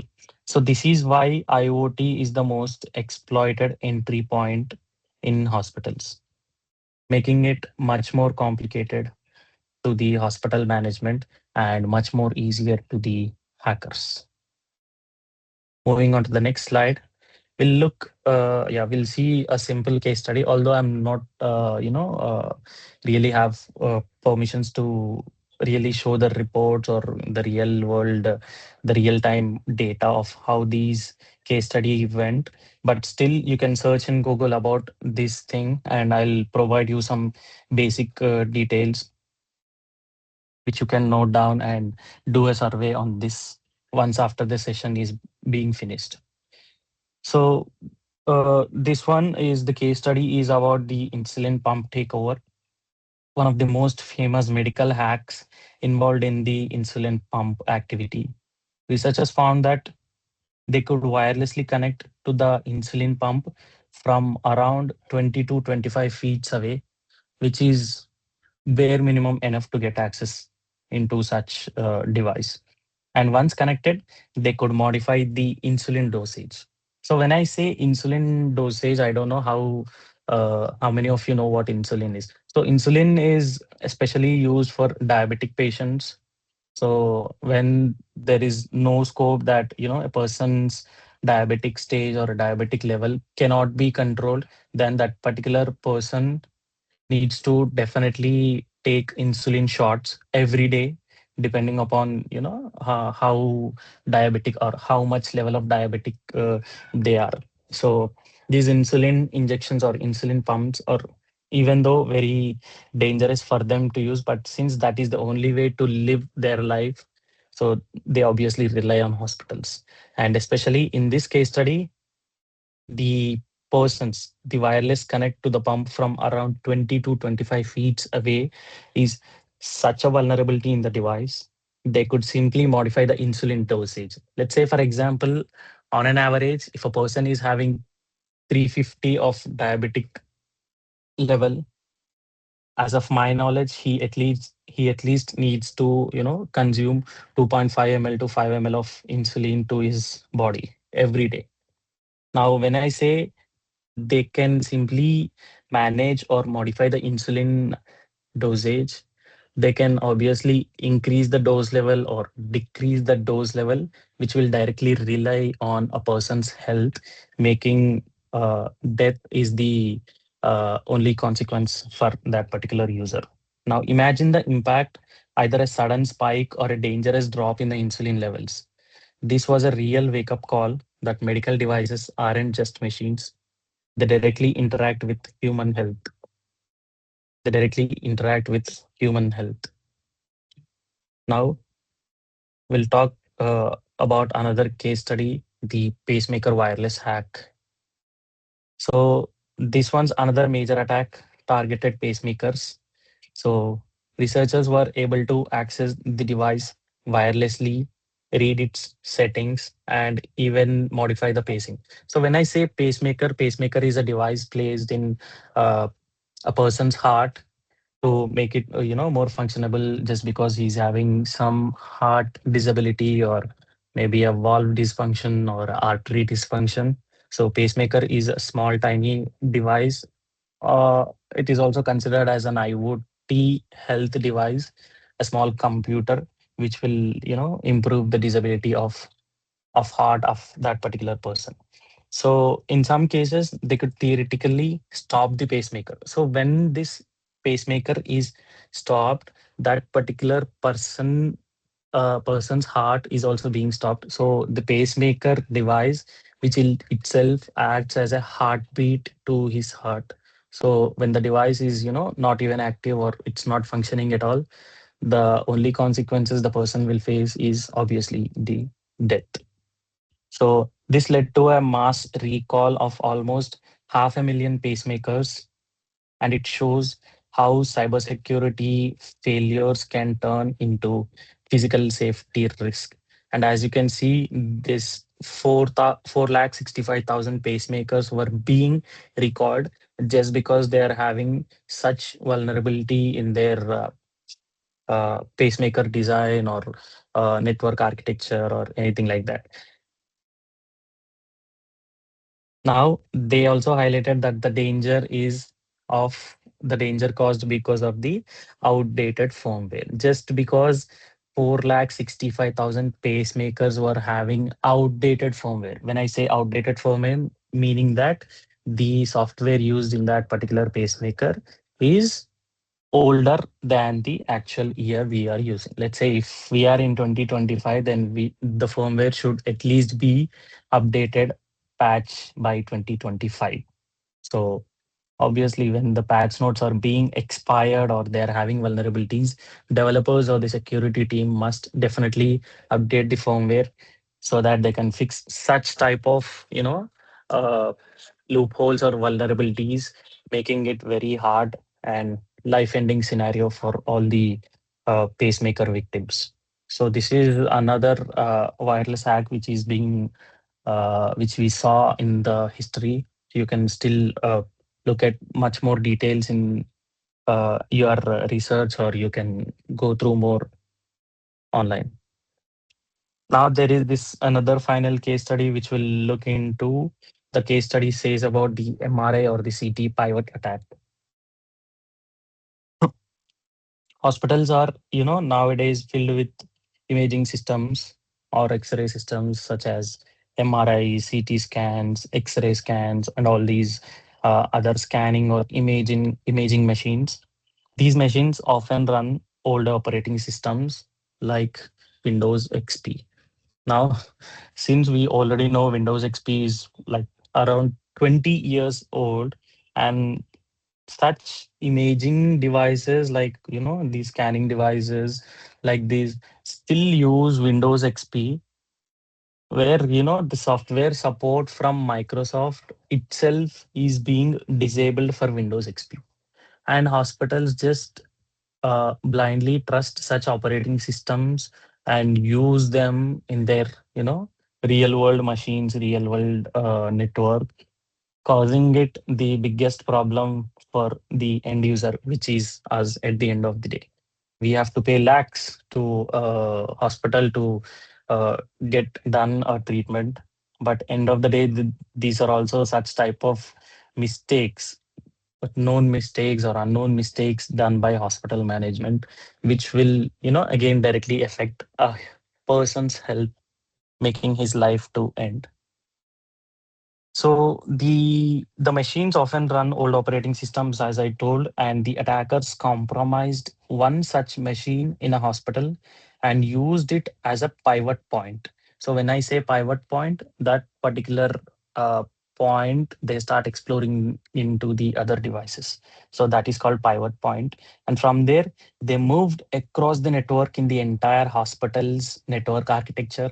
And they also deployed some ransomware, shutting down the entire hospital's network and all such type of malicious payloads, malware injections, ransomware attacks, and all those.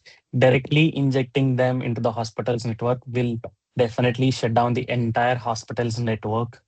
They don't even have capability to switch on their invoicing system or bill generation system as well. So this attack didn't just start at the server, it started at a machine used for scanning patients. So that is why this case study is being titled as MRI or CT pivot attack, because the attack started at one of the machine used for scanning, patients' X-rays or the imaging machine. So since it started there, they didn't just start the attack at the server, they started at a machine, and that's the reason why it is named as pivot attack. And from that particular machine, they explored, they started doing vulnerability checks on the entire network. So they somehow passed on themselves from one machine to other machine, from those machines to a network, and from that network to the entire cloud architecture of that particular hospital. Moving on to the next slide. Now, this is another biggest Indian hospital API leak, which was in 2023. So when I say API is a term very much related to not hackers, developers actually. So students from developing background or computer science background, they very much can relate what API is. API is, it simply means application programming interface. So this acts as a key or a kind of token between, server's request and response management and all the stuff. So this API leak caused a lot of leak, and we'll talk more about that. So in the year of 2023, a major Indian hospital chain had an exposed API. So API is like, a secret pin or, a secret token, which is, assume API key like as a password. So it should be kept as confidential, and it should not be shared with many people, or it should not be shared with a number of people. So just a minute. Okay. So yeah, it should not be shared with other people. Now, using this API, there was no authentication, meaning that anyone could access patient records directly just by hitting a URL. So the API key itself doesn't have any authentication, so that anyone, even you people, even I can easily access patient reports just by using that particular simply generated URL. That's it. And imagine accessing lab reports, personal details, and prescriptions publicly, so which will lead to a lot of consequences. Now this incident shows that security isn't always about complex hacking. Sometimes it's a simple missing that authentication check, simple missing authentication check. So I know hospitals will still consider authentication check as a complication for them, but end of the day, uh, it is leaking or it is giving such severe consequences, not on them. Obviously, the finance part, the uh, currency loss part will be faced by hospital management. But, a money once lost can be recovered somehow, but a patient's life once lost cannot be recovered. So that is what I believe. And let's see. So this is how the hospitals, respond on how they do such kind of irresponsible activities, which will lead to a life-threatening ending. Moving on to the next slide, we'll discuss. Yeah, there is this section 4, which will say about AI risks in healthcare. How the risks are AI risks will in healthcare. Yeah. And now AI is, like transforming a lot, not only in development, even, cybersecurity also, just getting started with AI modules and all those. But now AI is also transforming healthcare. So AI can read, X-rays, AI can detect tumors, tumors like, brain tumors, cancer tumor, uh, lung tumors and all those. And AI can also predict patient risks. So if AI can read a person's health data, assume that I regularly use my Apple Watch to track my heart rate. So if I submit the data to an AI agent or a large language model, it can definitely predict what are the risks I'll face in the future, or what are all the side effects I'm having right now based on my heart rate or based on the health data which I provide it. And AI will also help with triaging emergencies, meaning it can, alert the user, creating an emergency situation that we have seen a lot of cases, that not the cases which happened very few months ago, that uh, people nowadays are using chat gpt a lot. And I agree to that point in terms of healthcare as well. See, because let's say if you are not in a position to reach out to a doctor, or you are living somewhere far from the uh, actual city. Let's say you are living in a village where there are no doctors in your village, or let's say you are living from a rural area or underdeveloped area. Then in such scenarios, AI is nowadays being helped. So there is a lady from Philippines. This is a real time thing. There is a lady from Philippines, and she started sharing all her health problems with OpenAI, the founder or the uh, creator of ChatGPT.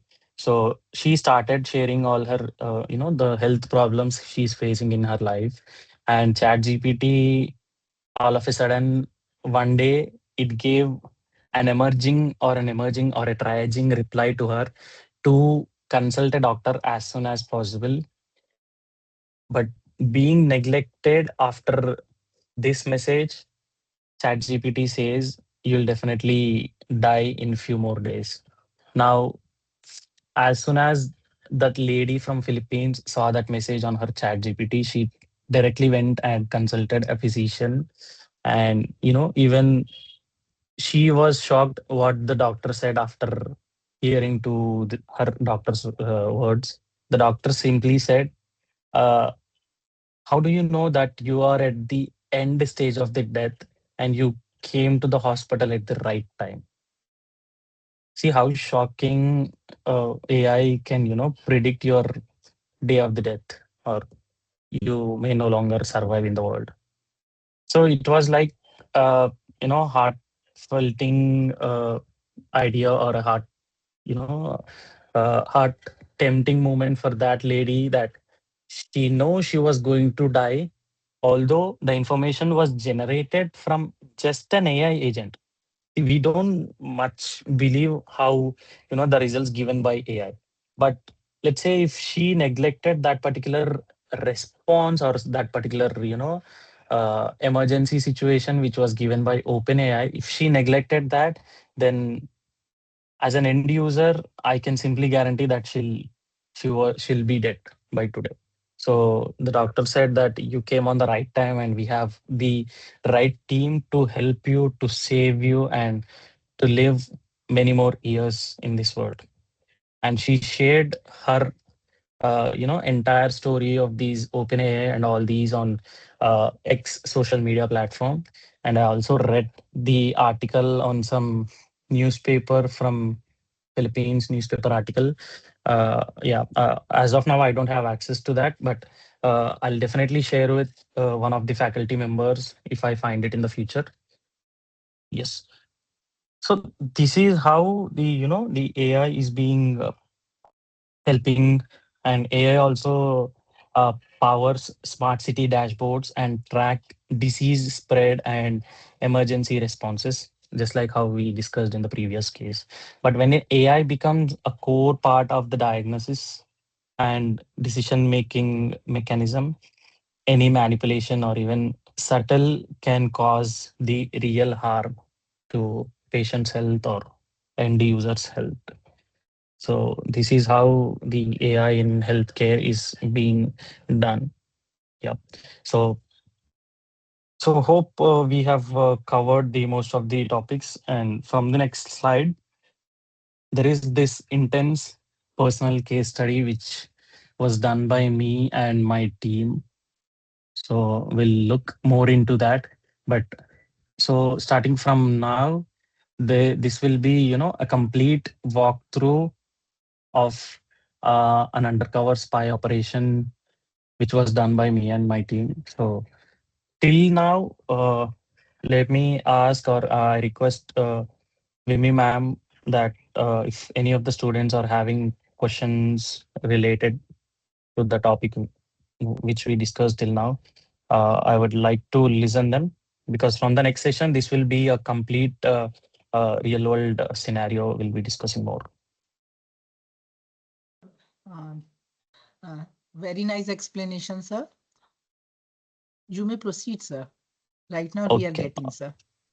Okay. All right. Uh, Yeah. Thank you, madam. Uh,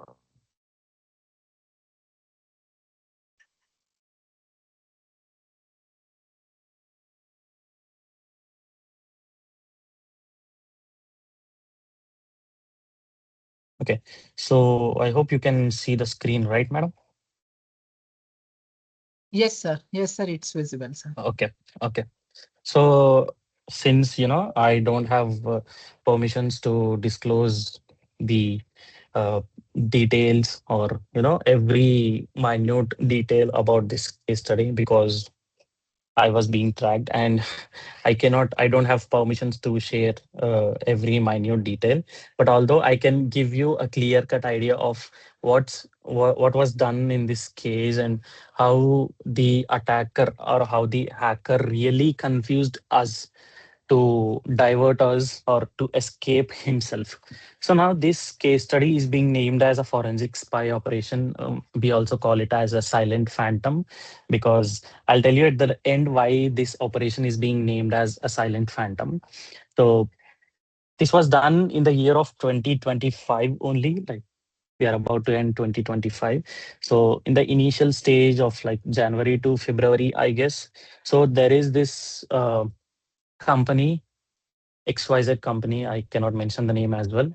So they approached us telling that, they are having some kind of attack or some kind of a benefit of doubt on a particular employee. They don't know who the person is, but they came to us telling that their assets are being manipulated, or they have some kind of unauthorized or unidentified activity happening in their architecture, in their network architecture. So that is how they approached us. And when they approached, even me and my team doesn't have any idea what they are speaking about, because they came in a confusion state, because they don't have a confirmation whether it's true or false, but they came with a doubt, a benefit of doubt. So then we explained them everything. So considering them, because our job is to secure everyone from such cyber attacks. So especially me, and considering having all the legal advisories and all those, we had a deal with them. So keeping that apart, we did an initial investigation on their network to actually identify who the person is doing unauthorized things or bad things on their network. So we did an initial investigation. We An exfiltration was happened between 11 p.m. to 3 a.m. Like, the hacking stuff, as you see in movies and web series, the hacking stuff happens in the midnight time only. So that is when the hackers stay alive for stealing the data, because it will be easier for them that during that particular time the entire uh, world will sleep, right? Depending upon the time zone. So when the entire world sleeps, their brain awakes, even mine. So I told you, right? I'm a hacker. So we did an exfiltration between 11 p.m. to 3 p.m. We did some internal VPN credentials. We also extracted them, and we also did some data dumping. These data dumps found in steganography. Now, steganography is part in cryptography where a secret information is being stored in the form of images, right? You images, or it's hidden basically. So it will be in your front of in your eyes, but you cannot be able to find them exactly what the information is. So those data dumps revealed that uh, in the IT field we have these VPNs for each and every employee. Not only in IT, even in cybersecurity we have. Even healthcare companies or fintech companies use that. So every employee has a VPN credentials before they log in, or before they start their actual work. They have to turn on the VPN to get started. So we extracted those VPN credentials of all the employees, and we related that multiple employees had access to the VPN. So multiple employees had access to the VPN, making it hard to identify the real insider, the real culprit. So when I say each employee has their particular VPN credentials to each and everyone, but how can we find multiple employees will have access to it, right? So when I say if Sai Kiran has a VPN credential, only his machine should be logged in using those credentials, right?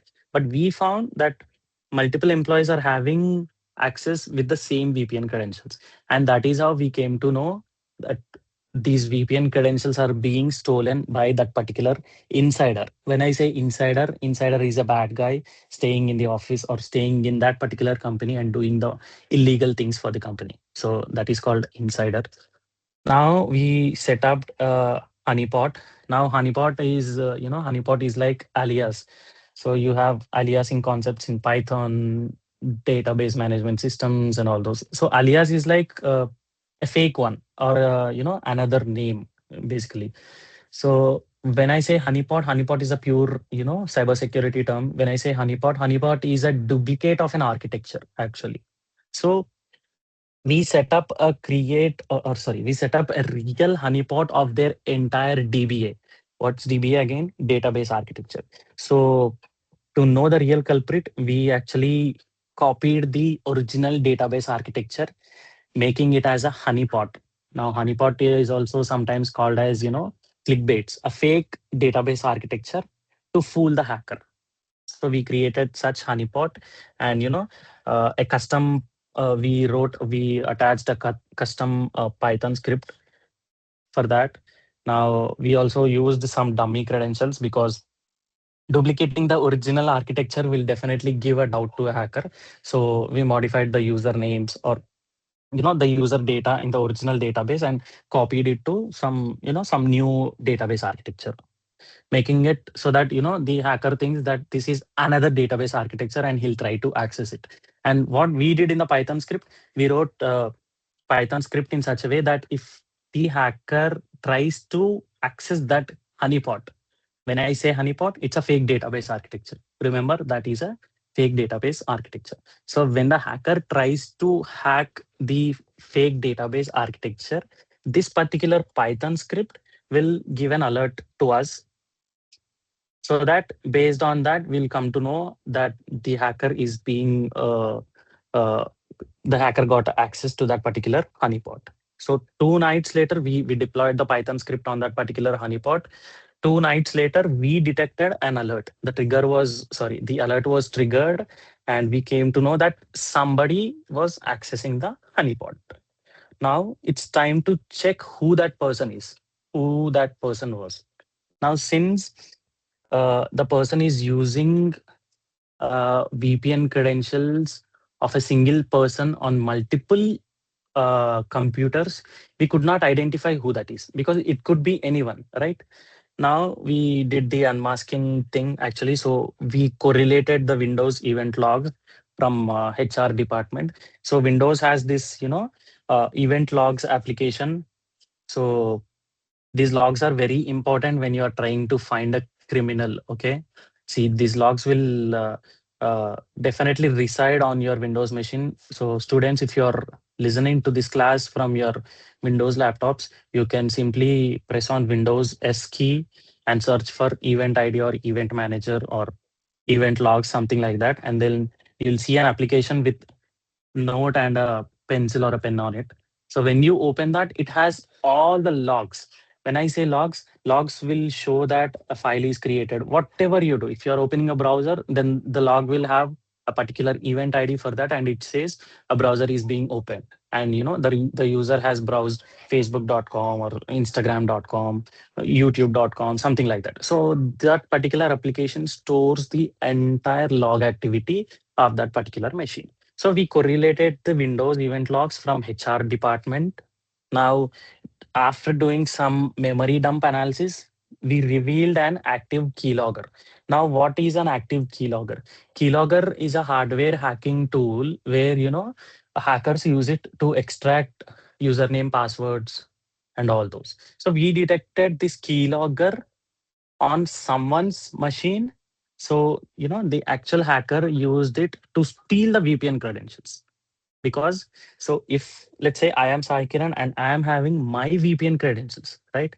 So I only know my VPN credentials. Let's say if I want to know Vimbi madam's VPN credentials, then either Vimbi madam should say those credentials to me, okay, or there is another illegal way which I can use a simple USB keylogger, which is a hardware hacking tool. And when I connect it to Vimbi madam's computer, then the keylogger does is it steals the credentials of Vimbi madam's VPN credentials to that particular USB, and from that USB, I can log in as not as Saikiran but as Vimbi madam, making it confusion for the forensic team, which is us. So this is how the person tried to escape, but the story was not over. Yes, yet. So we did an undercover sting operation again. Now we, upon having a very good conversation with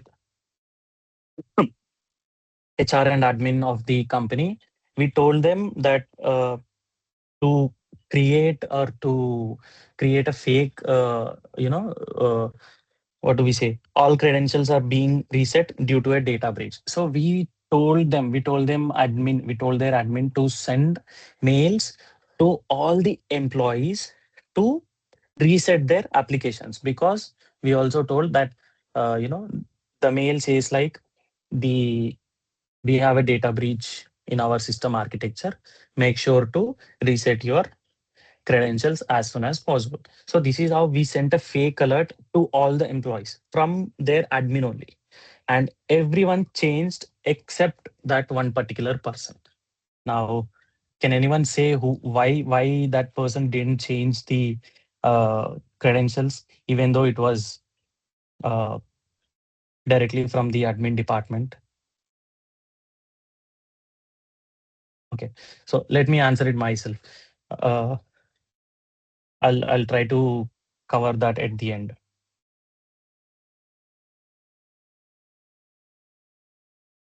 Yeah, someone is typing. Would not have expected. Okay, okay. So let's continue. Yeah.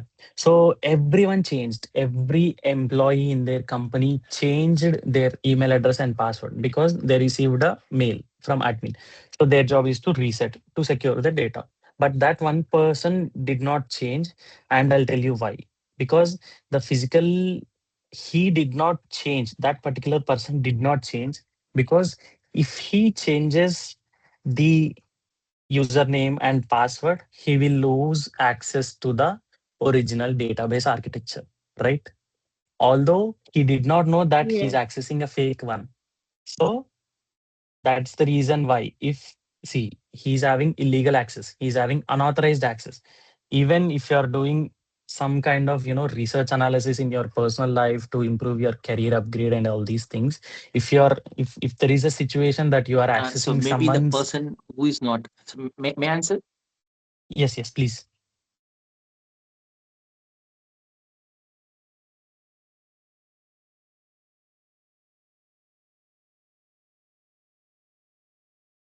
Yes, please go ahead.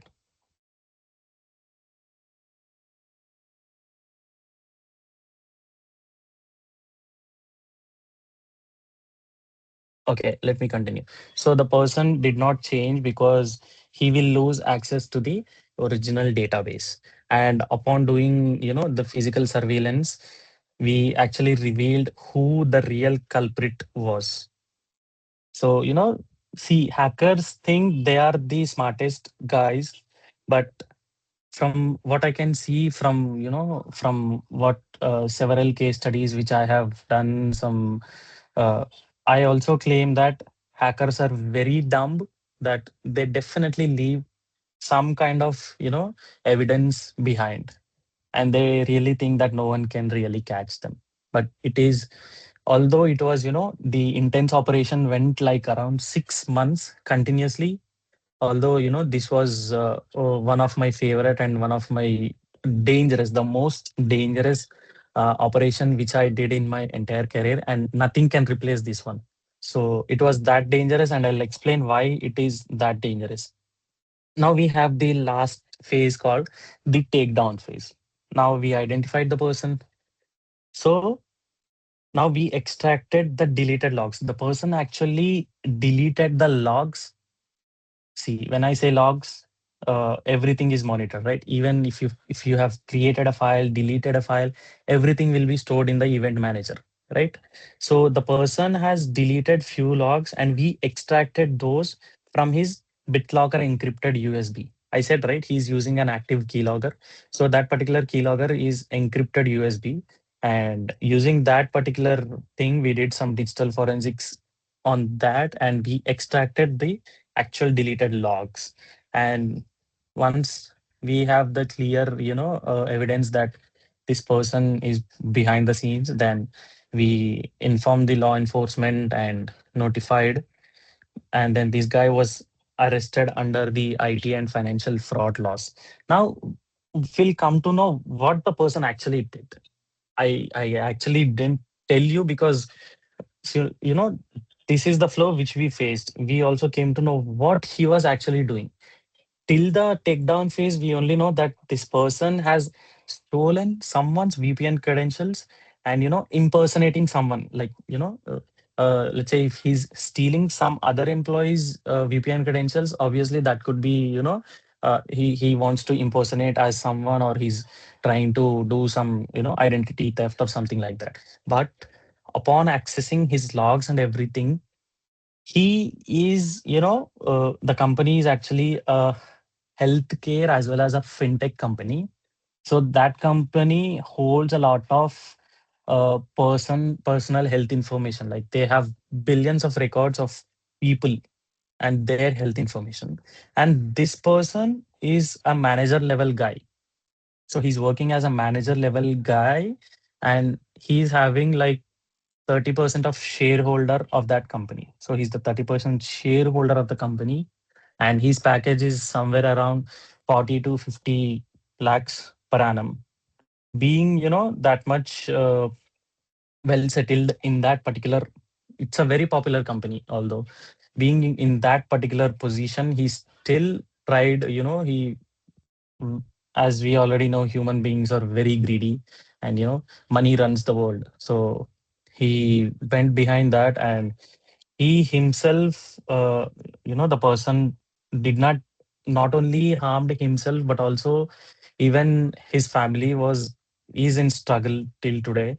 So that person actually, all the health information, whatever access he has, being a manager, right? He'll have privileged access to the company assets. So using those assets, he tried to sell such all the, healthcare information on dark web to international countries. So this is the crime he was doing, and since the case involves transaction between other countries, meaning that country to country. So he's using active crypto wallets. He's maintaining 4 to 5 crypto wallets from different manufacturers. So since this operation holds transactions from other countries, national security has also to be informed about this, because see, when we are dealing such transactions with other countries, uh, this also comes as national threat as well, because he's selling Indians data to some other country guys. So then obviously the national security should include. And end of the day, he was arrested, and his life is behind the bars. His entire life is behind the bars. And it was very dangerous. At the end, we actually saw how emotional their family is, because he's having two female daughters, like very uh, small daughters. Like one is 3 years old and the other one is 5 years old, and he's all already having a great flat in a gated community, and he's leading a happy life. He's working as some manager level position in that company, and he also have 30% share of that entire company. See, what is 30% share, right?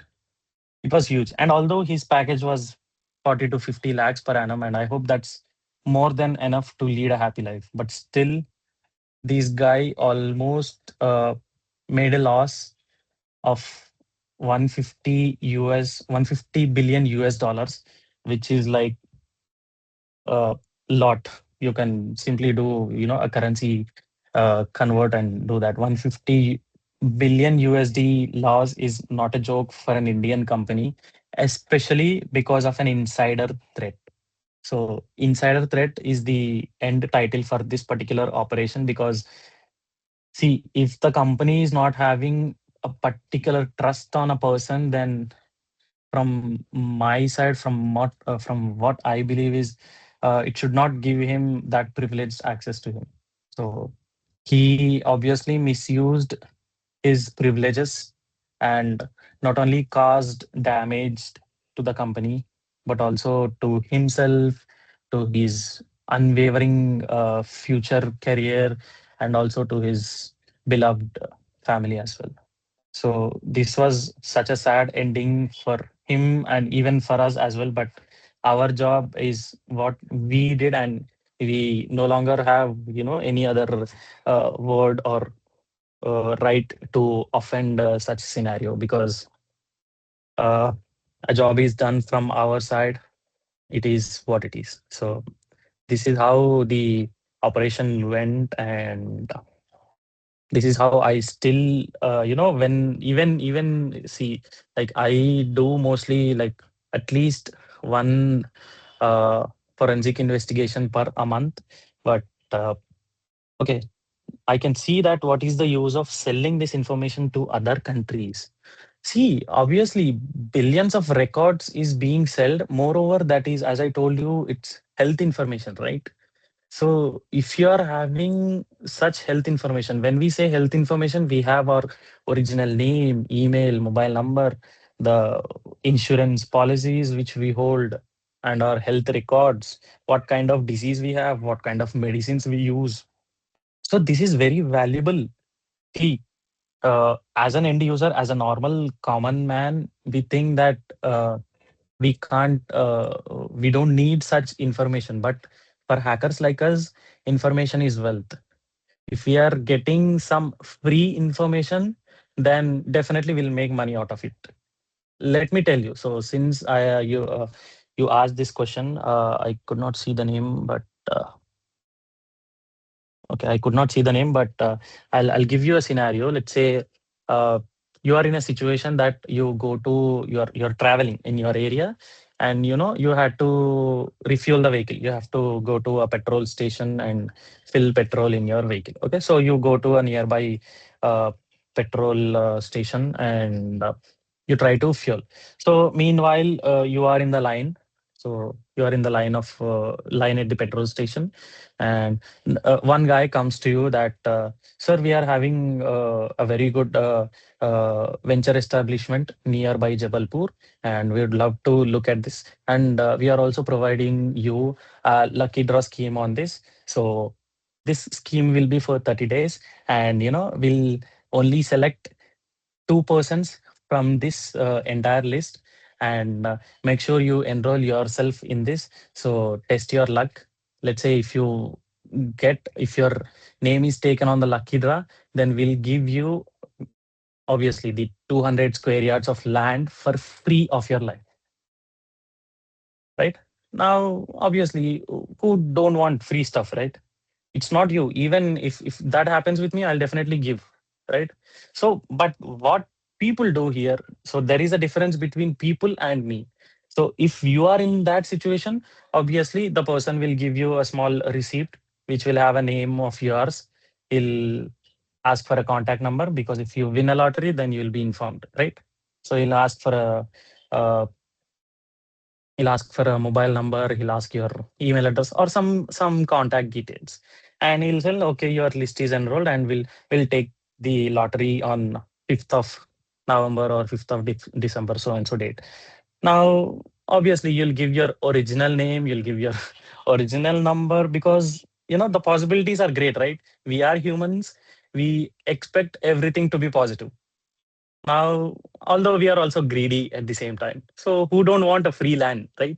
When they are giving it for free on a luck based scenario. So you'll definitely give it. Now, as a person, as being from middle class, irrespective of the family status, you definitely expect such uh, opportunity or such lucky draw from your side. You give your original details to him, and from the company, from that guy, he's basically from some kind of consulting company. So from their aspect, what they do is, they simply, I don't know whether, we definitely don't know whether they are a certified company or a standard company. They are just doing some kind of mm, local lucky draw concept and all those, right? So we don't know who they actually are, right? All they do is collect our real information and give us some kind of receipt to us to gain the trust. Now, I'll tell you what happens behind the scene. Now, all the data which you have given to him, there will be a scenario in their life that they'll be in losses, or they have to sell the data which they are having, including yours. Now, they are being contacted by some other company telling that, we need a contact numbers list which you hold. We'll give you so and so X amount of rupees and sell those data to us. Obviously, they get some basic minimum pay from other company, and they sell your data. Now, in this way, the data is being sold. It's being circulated. And let me give you a simple example: credit card scam calls. So this is also the biggest scam market in the entire Indian history, and no other agency, no other, even government cannot do anything on this, because we ourselves are giving our personal information data with our consent, and definitely people are misusing it, sharing it with everyone else, making money out of it. So see how strategic it is. It is even we don't know that we can earn money using our mobile number, right? So this is how the scenario works with data stealing or something like that. Yeah. So moving to the end part. Yeah, this is the Q&A session, and let me see some questions in the chat so that I would love to answer your questions. I'm ready to take the challenges from your side. So, yeah, any questions, please?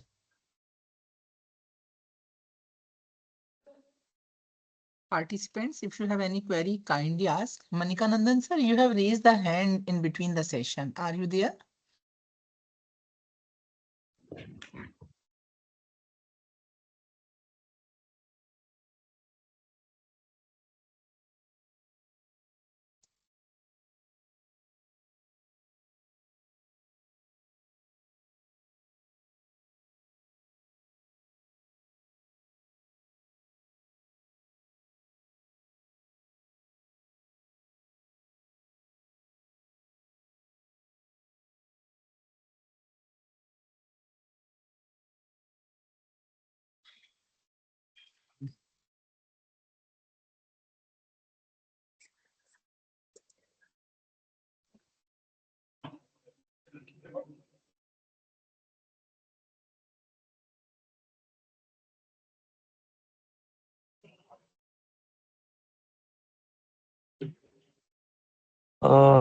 Yeah, Sir, I'll I send the think presentation very soon. Somebody is asking for a presentation. I'll share yes. it with Vimi madam and Okay. also with Javed sir. Yeah. Uh, s- Apart from this, I am also sir, expecting some questions. sir, I Yes, madam, am please. having one question. Suppose sir, Okay. someone interested in doing research in this domain, so will you Mhm. provide some link or guidance? मतलब हम Uh, can you brief it, madam? I don't understand. uh, suppose someone do research in this domain, cyber Uh-huh. security and health and forensics and all these. So is there Okay. any link or provided by your site? So we'll go through it and reach ourselves. Okay, so the you're talking about the resources or some kind of Yes, sir. tutorials Yes, sir. online? Because a lot of Uh, resources are there, but which one we have to follow? This I am asking, okay, sir. Oh, okay, yes, sir. exactly. Okay, very good question, madam. Being a faculty member, I can understand Yes, how yes, sir. I'm asking what your from struggle is student point to. of view also, sir. Yes, yes, I understand. Yes, I yes, understand sir. how you feel. So yeah, since so students, if your aim is to gain knowledge, so knowledge is everywhere. It is, being technology is being evolved. We have very open source, lot of open source information online. All you need is a computer and an internet connection, and you can explore a lot of things online. But at the same time, if you are looking for some standard certifications to pursue your career in cybersecurity or any other domain in cybersecurity, then I'll give you some suggestions. Make sure to note it down. You can do certifications from EC Council. EC Council is, internationally certified cybersecurity training program. So you can do certifications, and those the certifications from EC Council are globally recognized. Uh, and we also have SANS, SANS. So you can also try some certifications from SANS Institute, as well as, so yeah, being a student, I understand uh, you're barely getting your pocket money from your parents and you don't have any income source. So I understand. So you can also go for cyber warfare labs, CWL in short, Cyber Warfare Labs. You can search Cyber Warfare Labs on Google, and right now they are also on Black Friday sale. So they are giving some courses at very lowest prices. Although they may not be a standard certified, but you can start with micro courses. Like when I say micro courses, they are like 4 to 5 hours of video length, and they'll have some quiz at the end of every module.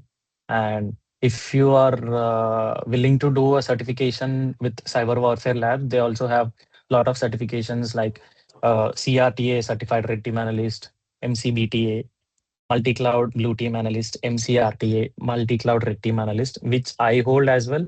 So those are also very beginner to intermediate level certifications and also globally recognized.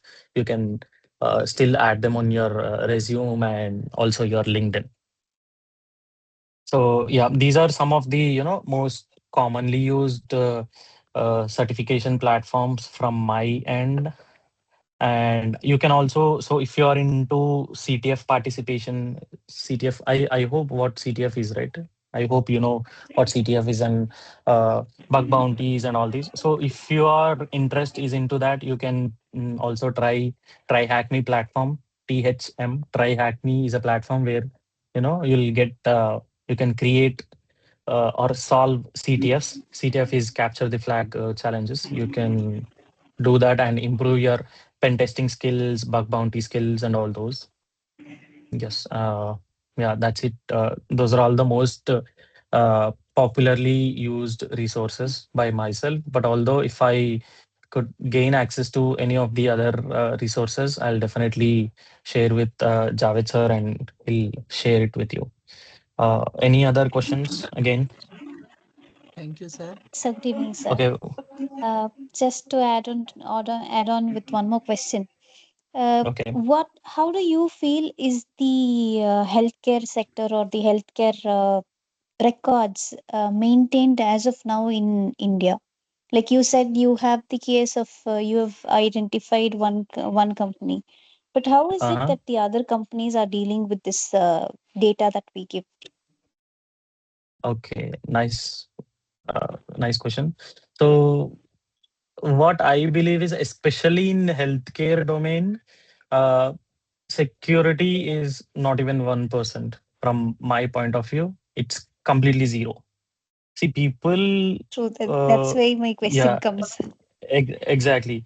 So I don't know how we can, make an impact on people or on the society, especially in healthcare, to consider security as the first ever priority thing in life. Let's say, see, if we are spending some rupees to purchase a product online, so we'll definitely read a lot of reviews. So we'll go through the ratings, customer feedbacks, reviews, the replacement uh, lines and all those. But when it comes to health, people really neglect what they are actually paying for. Even if you're into considering health insurances, there are a lot of fake health insurance companies where people pay the amount blindly for their to to uh, start the insurance, and they don't even have. And there are some other companies which will restrict you with a lot of terms and conditions if you want to claim the insurance as well. So So, see, as I told you, everything is online. So if you are really concerned about your privacy and your rupee, wherever you are spending it, wherever you are investing it or you are spending it, so make sure it counts the value of that product or that particular service. And whatever the product you get, whatever the service you get from them, make sure that security is the first priority thing you need to be satisfied in. sir, but just to add on, okay, let's leave apart the healthcare. But wherever we go now, even for a normal purchase, we are asked for phone numbers. So how do we manage that? Okay, very good question again.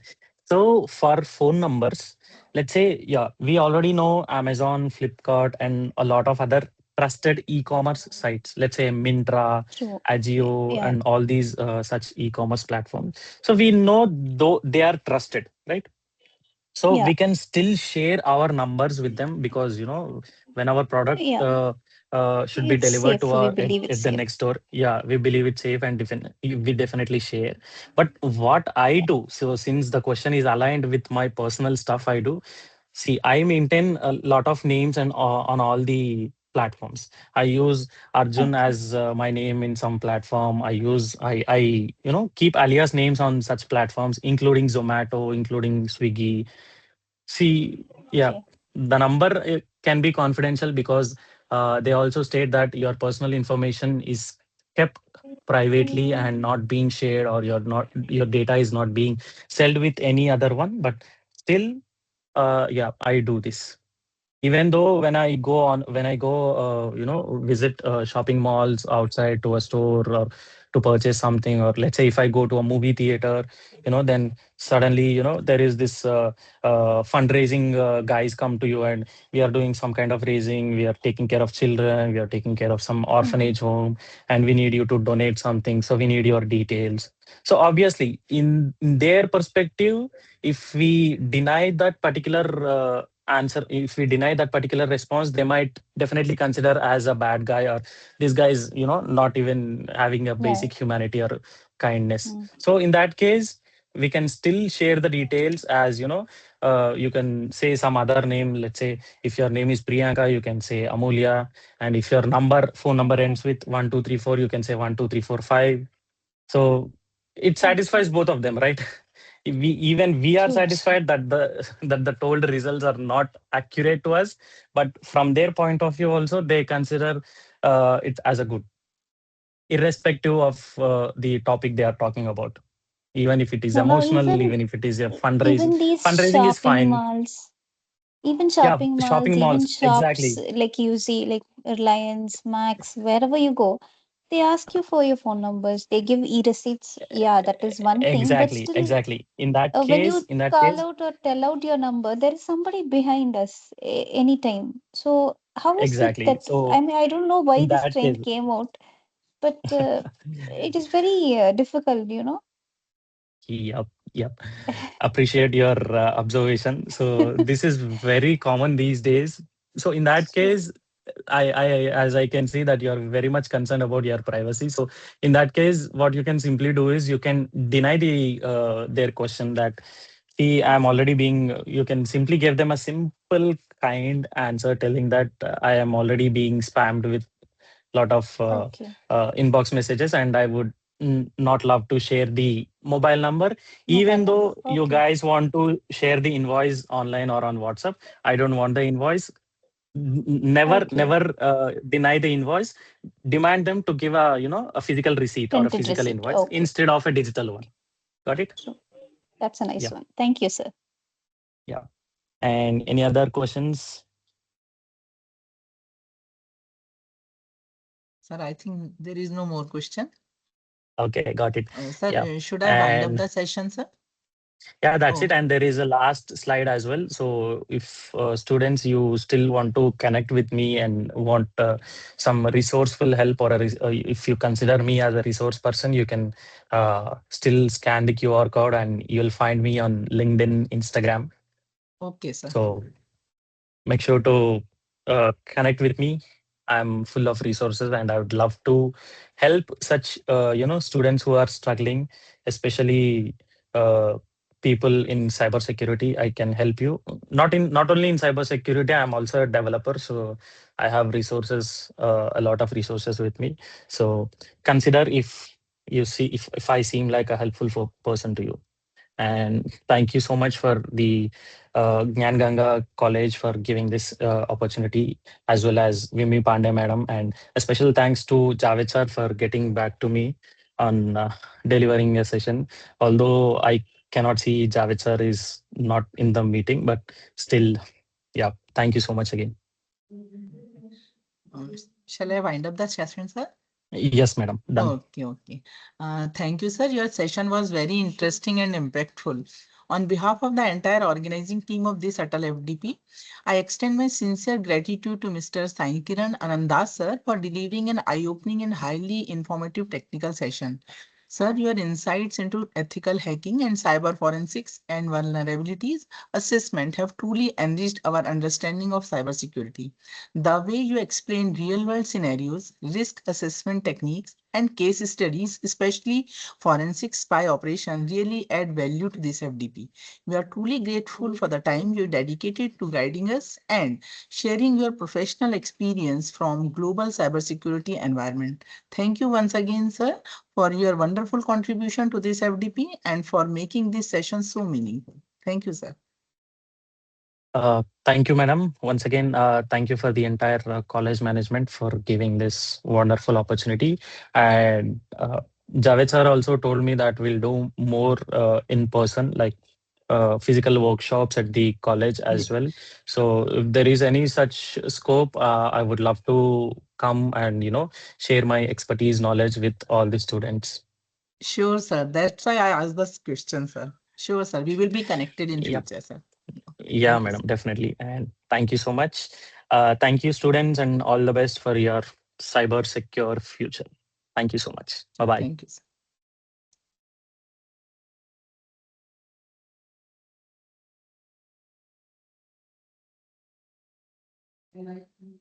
Dear participants, after a couple of minutes, we will start the next session, sir.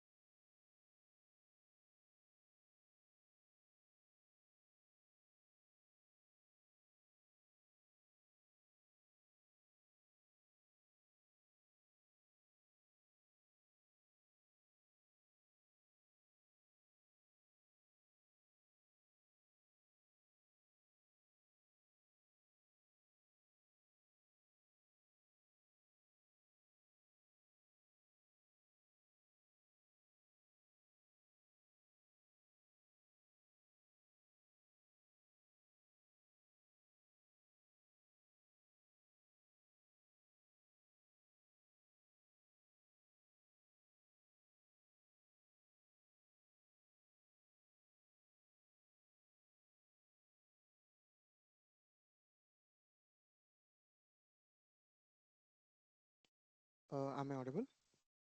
Yes, sir, you are audible, sir. Yeah, thank you, ma'am.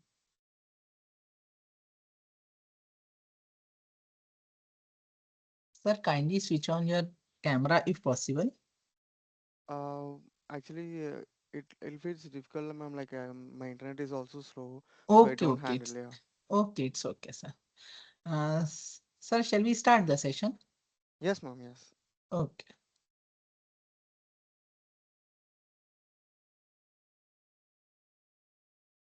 Hello, everyone. This is Yes, Nitin. sir. Like, let me share my screen.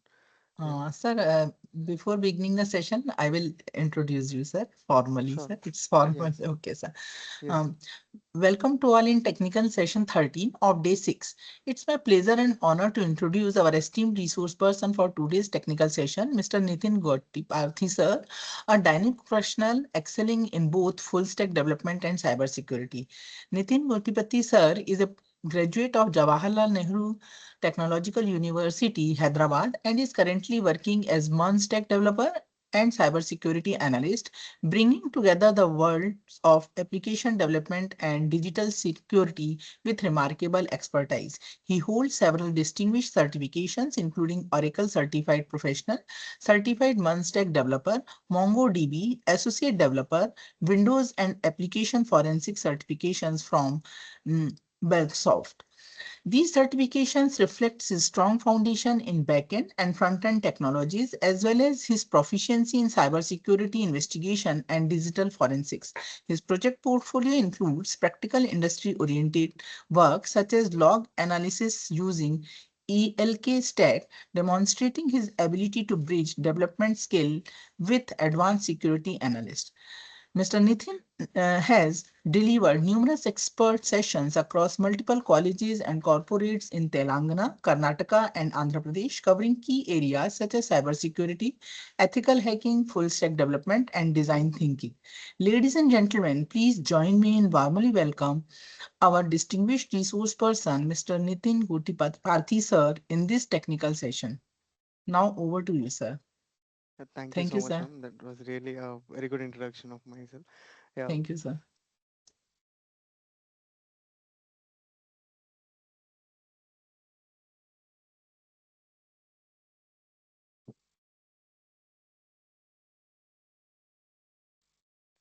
Is my screen visible, ma'am? Yes, sir, it is visible, sir.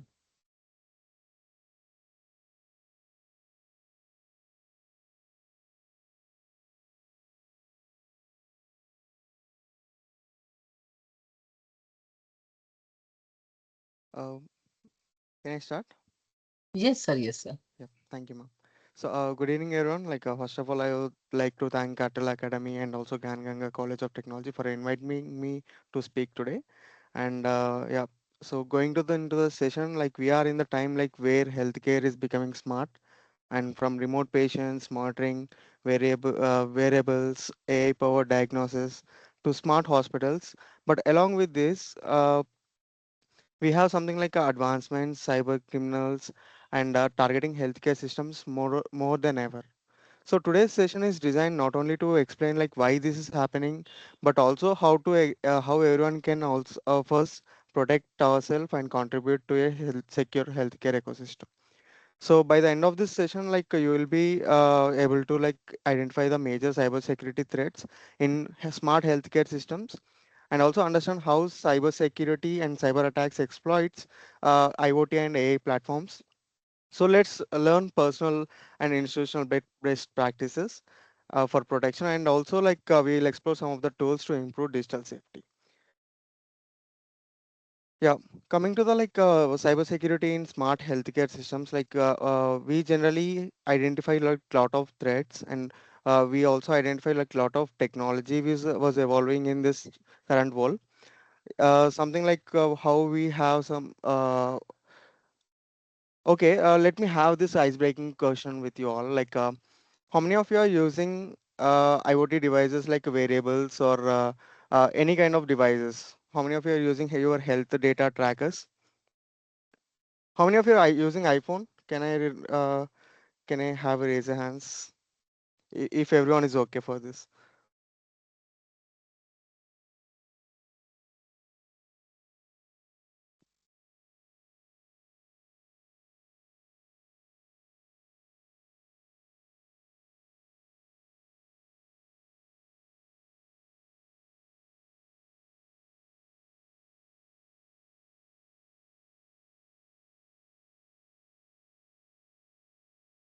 Yes, actually iPhone is safe, but it also holds a lot of health data of us. So I just want to know like how many of you are using like health tracking devices like uh, Apple Watches and or else Fitbit trackers or health trackers. So most of the people we use, right? So this is like large scale of vertical, like where we all uh, like a victim of a cyber threats. Like we have something like in this digital era, like in this digital transformation. So healthcare landscape has evolved dramatically, like introducing unprecedented connectivity alongside new security challenges. Like we use variables and remote patient monitorings and smart hospitals and telemedicine and also like AI based diagnosis and predictive analysis. And even some of the cities like are also using smart ambulances and also real time emergency systems.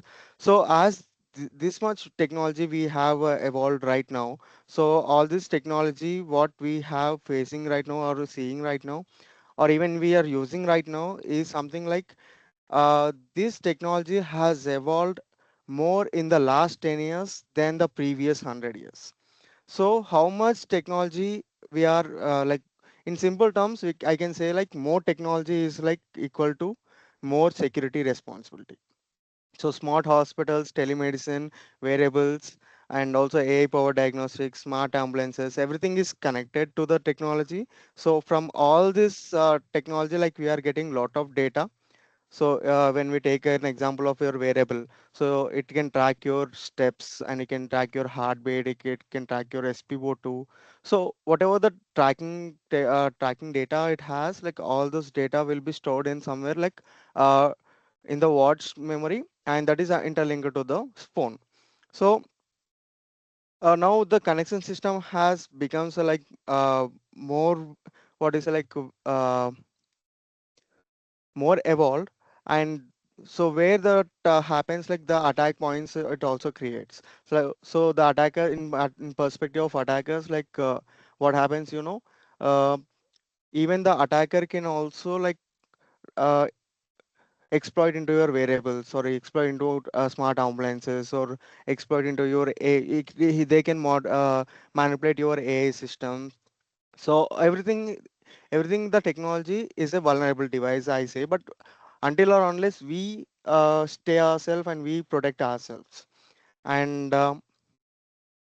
yeah, so how the data flows in the IoT healthcare? Let's understand with a simple like flowchart of kind of thing. So so you understand like sense all our medical data is very sensitive. Do you agree with me? Obviously, we agree, right? So all the sensitive data, what we have, something like all those have multiple vulnerability points where cyber attacks can occur. So every connection represents a potential energy point for malicious attacks. So what happens here? Like let's see an flowchart of here. So let's look how medical data travels. So a wearable device collects vitals like what is heart rate sensor that which have those heart rate it collects the heart rates, and also SpO2 collects the SpO2 blood oxygen of your body, and also step tracker will also tracks your steps, and also we have something like a sleep monitoring, and where it collects the sleep cycles and how much you sleep generally, what your sleep score, everything the data it collects by the wearable, right? Even some of the iPhones will have some activity health app in their application, like based on the mobile usage. uh, it also calculates the sleep score, when you turn off your mobile in during the night, it starts collecting your sleep data. It means like if you're not using the mobile during the midnight, so it obviously understands that you are sleeping. So if in between if it gets any notifications, like if you are again using in the early morning, the first thing we'll do is something like opening our mobile and checking the alarms or checking the latest updates or whatever we need, we are using our mobile, right? So in general, like what happens here is uh, So it generally understands that you are sleeping right now, and if you are using your mobile, you are awake now. In between, if you are getting any notifications, it understands that if you have a like a moderate sleep. So based on this data, even your iPhone can able to check your sleep score. So all this data will collected by a wearable. So wearable device, it sends it to the smartphone. Okay, so in the smartphone, what happens generally, like it stores all the data, like all the information, sensitive information. And some of us people, like what happens, like if anyone is using like any Apple Watch, so they'll give their personal information, like I'm this kind of medicated person, so I need to have this kind of medication like on this specific time. So generally, like what happens, I'm sorry. It reminds you for the medication, and it also take care of your health. Like if you're an heart patient, so it generally like check your heart vitals every second in the whole day. And whenever the heart rate fluctuates, so it generally give an alerts to your family members, or even to yourself, like you have to check your heart rate right now. So this kind of sensitive information will give it to our personal wellness. But it also happens, like what happens, like it stores in the mobile smartphone, and that smartphone will upload all our data to the cloud. So whatever the cloud we use, like cloud is an like storing device, like it centralize all our information. So whatever the all information we have recorded till now, like they will be stored in the cloud. So if you are using an Apple devices, like it stores in the Apple cloud. And if you are using any Android, like any Fitbit watches, it stores in their company's personal cloud platforms. So what happens in the cloud, like it generally that cloud will send it to the AI engine. So what happens in the AI engine, like AI, when we talk about the AI, so AI is like in a multiple fields. So AI is not only an AI. So artificial intelligence, which also subdivided into like machine learning, deep learning, and also something like we also have natural language processing, generative AI, and AI in robotics. So let's have a brief of all these things. Like when we say AI, it's not only the AI. Like when we are talking about the machine learning, so generally what happens? So all our data will be trained by our machine. So let's take this by an example. Like if you are having like thousands of cat images data. So if you're giving all the cat images data to an machine learning model, and if you're asking like by keeping an cat image, if you're asking that is this the cat, so that machine can able to recognize that is it a cat or any other animal. So that is what machine learning. So then what happens to the deep learning is, deep learning is something like if you're training your model with the millions of data, millions of cat images specifically, for example. So that AI model will also able to recognize whether it is a cat, and it also recognize based on its skin pattern or its hair patterns, and all those in detail texture of a cat. Based on that, it also able to say that which kind of breed it is. That is what we call it as deep learning. And next, we have something like natural language processing, where if you want to name your cat uh, based on how it behaves, like how your preferences. So if you give a prompt like my cat is like looking very white, and it is very naughty, like it kind of like it is sneaky, it does mischievous things, and but I would like to name it like an fruit name, or any place name kind of thing. So if you give like this prompt to then natural language processing, so it generally what happens, like it gives the all the names based on your preferences. So this is what we call as natural language processing. And next we also have something like generative AI. So now your machine have lot of millions of cat images, and your machine can able to recognize whether it is a cat or not. And again your machine can able to recognize that uh, your cat is an which breed it refers to. It also uh, able to give you a name for your cat. So now based on the data what which it has, um, now it can able to generate a new cat image based on the previous data what we it has. So nowadays like we see more it in social media, like uh, Ghibli kind of arts is more trending right now, and also like some of the people are generating their sending their images to the AI, and AI is generating another image of like professional image or any like a creative image of themselves. But what happens if you cleanly observe it, it is not you, it is a generated you. So what happens here is like your machine will add some other features of the data which it also present. So it generally analyze everything. So this is what the simplification of AI and everything. And if you install this complete AI into an robotic machine, so generally we call it as AI in robotics. So that robot will understand so our daily data, daily uh, what is a routine, and it will give like if I need a coffee at the time like I wake up, so it generally takes a coffee to me and it give me at the specific time.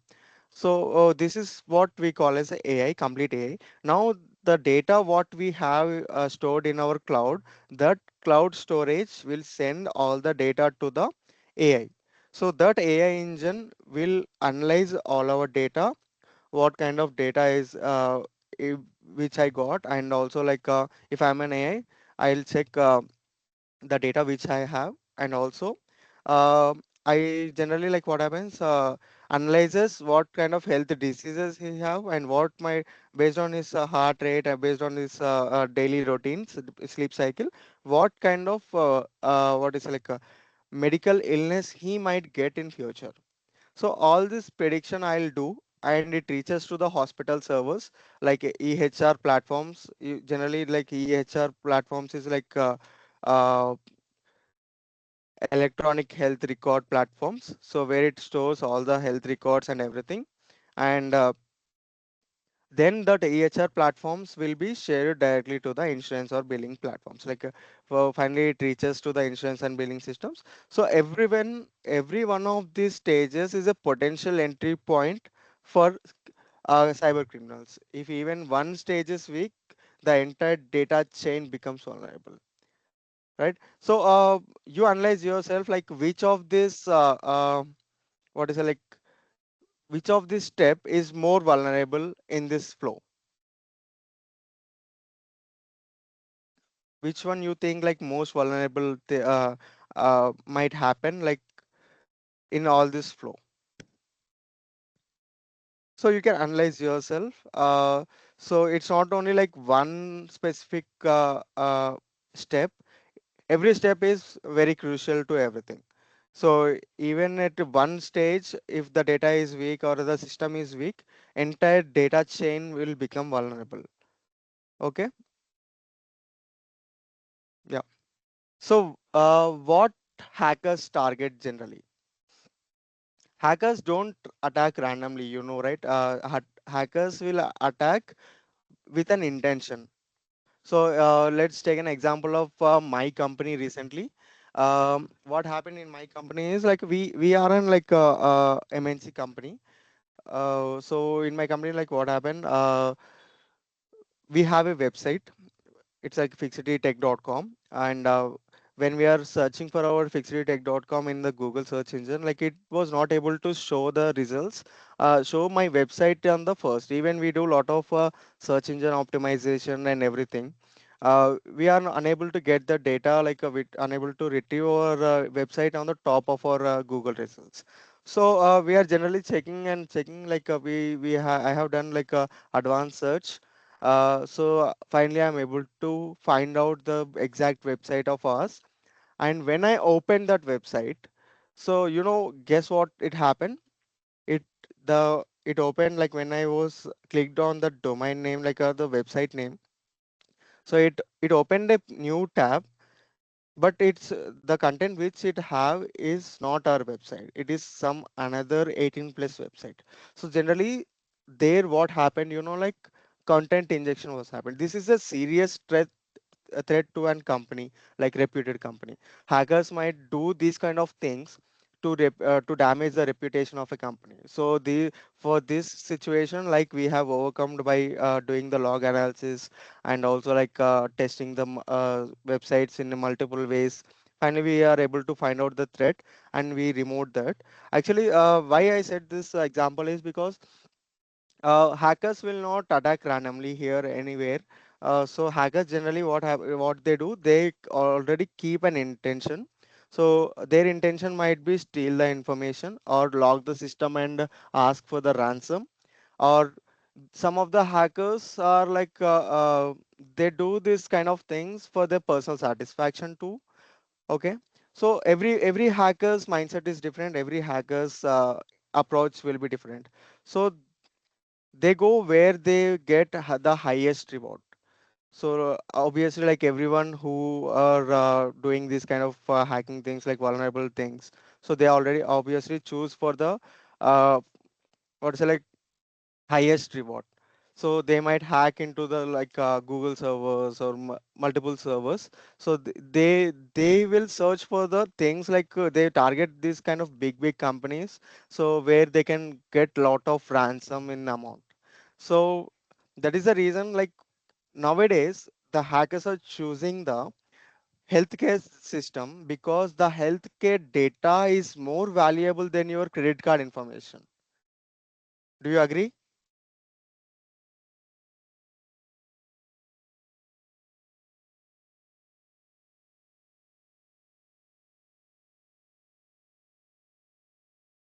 Yes. So most of your health data consists of like identity information, medical history, insurance numbers, bank details, everything. So they are far more valuable than your credit card information. So the hackers nowadays targeting the healthcare data more than a credit card information. So they are also like target IoT firmware and also like in medical devices and hospital networks and billing systems. So in these areas like hackers can what like able to get their lot of information and also like they target like internal hospital internal servers and where the critical infrastructure controlling the medical equipment HVAC systems and also facility operations and some of the patients vitals and also geolocation of the patients real-time health data. So all these systems all this data will be accessible by the hacker when the hacker is exploited into an healthcare system. So anything connected to the network can be hacked even if it is not traditionally considered as a computer. So anything which is connected to the internet or network that can be hacked.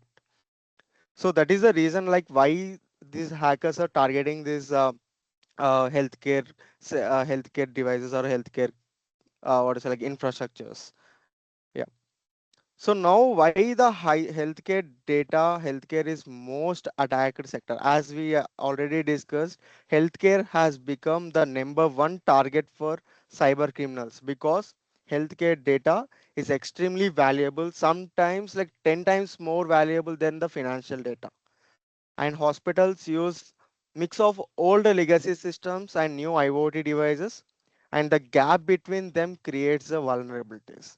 So if you see like if you visit some of the hospitals, they use like old billing systems, like old CRM platforms, and I'm not talking about the but multinational, multi-specialty hospitals like what we have like Apollo, Yashoda kind of things. I'm even the small hospitals are also consisting like lot of data. Not everyone will go to the big corporate hospitals, right? So some of the people might go directly to the RMP or some of the people directly go to the small hospitals, small kind of corporate hospitals. So even the small hospital will also consist like thousands of millions of data, right? So in this ecosystem like in this current technology, if any hospital is not able to spend more on the uh, data security, so it might become a vulnerability, right? So here the hospital uses a mix of old legacy systems and a new IoT systems. So there the conflict will become, and the IoT, even the IoT firmware and IoT system is newer, and but the system which is connected to the new IoT devices is a older one. So what happened there, the version conflict will happen, and because of the version conflicts and what is it, like old legacy systems and the new IoT devices will conflict, and there what happens, the gap between them that creates a vulnerabilities. And because patients lives depend upon time, like hospitals often pay ransoms quickly to just to restore the services. So in the next slide I'll be showing you the real-time case what we had. So before that, I just want to mention one more point here. And and one of the biggest reasons, low cyber security awareness among staff. Most of the staff who are working as an in the hospital sector, not to the like high level doctor range, but to the low level compounders or the nurses, what they do know, they don't have lot of cyber security awareness. So they generally don't understand like what kind of links we have to click, what kind of information we have to enter, what we should not watch in the systems, their hospital systems. So all this matters. So technology doesn't make an organization secure, but the people who work in the organization following the security measures, they can make the organization more secure. And in the next slide, we let's see some of the real time case scenarios. So let's look at these three real examples. There is a first real example, real case study is Medibank. So Medibank is something like originated in Australia. So it have 9.7 million patient records leaked, including the diagnosis and mental health details. Imagine that level of privacy violation. So you can't even like 9.7 million patients data. They might do anything with the patients data. It happens recently in the 2022. So it has a massive privacy violation on and ongoing identity theft concerns for millions of Australians. So this is a serious threat, cyber attack. What happened recently in the 2022 um, in Australia specifically, this Medibank breach is a company like Medicare company. Uh, so healthcare company which is originated in the Australia. And next second thing, the second biggest ransom attack which happened is in 2017 is a WannaCry. So this is not only specifically to the healthcare systems, but this affected healthcare systems more. Like what WannaCry ransom attack happened, how it happened. So generally, all the Windows systems, all the whoever have not updated their new update in their systems, all those systems were logged. And if you want to unlock your system and if you want to get access to your own data, so the hackers who logged the system are asking for the ransom. So this affected like lot of healthcare systems also. What impact it does create, like UK national healthcare service systems locked down, forcing cancelled surgeries and also hospital shutdowns. This is the serious threat. Like Cancellation of surgeries who might need the surgery on an emergency, though, so they have cancelled that surgery because of a system lockdown. And these consequences, like what are the consequences we faced during this is, um, lot of Windows systems were locked, lot of things were stopped working, and lot of companies were shut down for days. And what happened, like 19,000 appointments cancelled and estimated 92 million euros in damages and recovery costs. So so these thousands of surgical treatments stopped because the systems got locked. Recovery took months. And next threat is like a IoT infusion pump vulnerability. So what happened here is attackers could remotely change medication dosage. So everyone have the space, their own body kind of thing, right? So not all the cases are same. So every person, according to age, weight, and all these things matters. So based on that thing, you have to take that dosage. right? So FDA recently issued like a urgent warning about remote manipulation risk, allowing attackers to change the medication doses. So if you're like, if the medication is giving some in another countries, like if the patient case is given to a system, that system can able to generate the medication details and everything to a patient.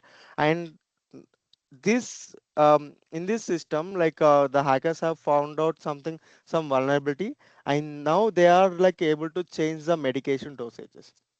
Like if you have a kid of like 10 to 11 years old, so if he needs a paracetamol tablet of 500 mg, so if you are giving him like if the medication is changed to the 650 mg or a 750 mg dosage.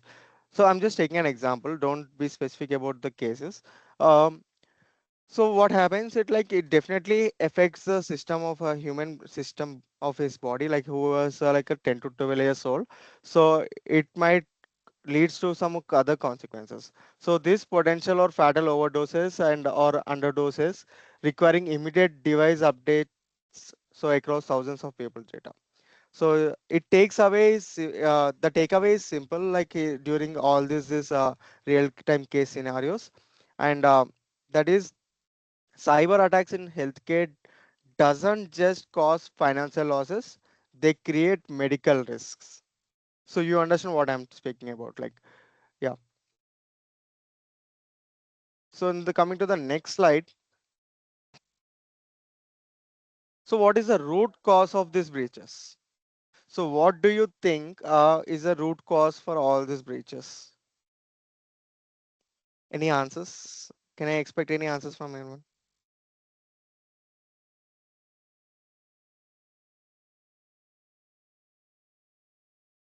Yeah, obviously money. And any other causes?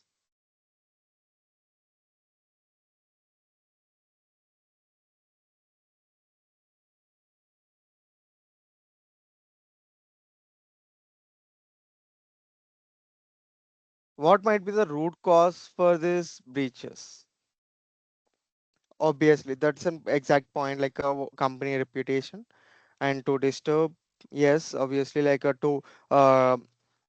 to disturb or to kind of what I can say is like intentionally deviating someone, intentionally damaging their health. So that might be a reason. Or to get a ransom, like as someone said, like money, that is also matters. And obviously company reputation. So it obviously reflects the company's or the hospital's reputation. Yeah. So what when we are talking about this, how can we overcome these cyber attacks? Most attacks are happening because not because like hackers are super smart, but because our because of our security hygiene is weak. So if your security hygiene is weak, like the hackers will be think that they are super smart and they'll intrude into your systems, but they are actually not.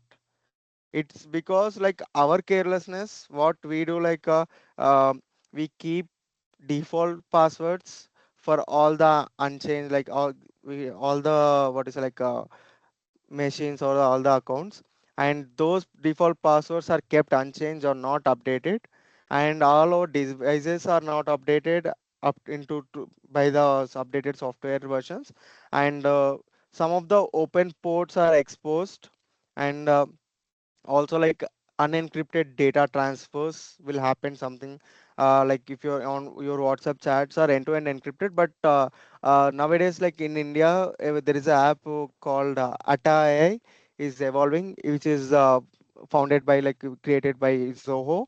So where that application is not purely end-to-end encrypted, but people are using that. So there what happens, like man in the middle attacks might happen.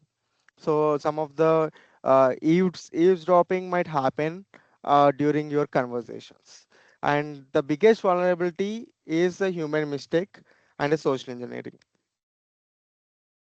In most cases, like hackers do not break in, they simply log in. So they don't need to break into the security systems, but they can smartly log in into your system, and they can take whatever the data they want. You know what? Actually, when I was um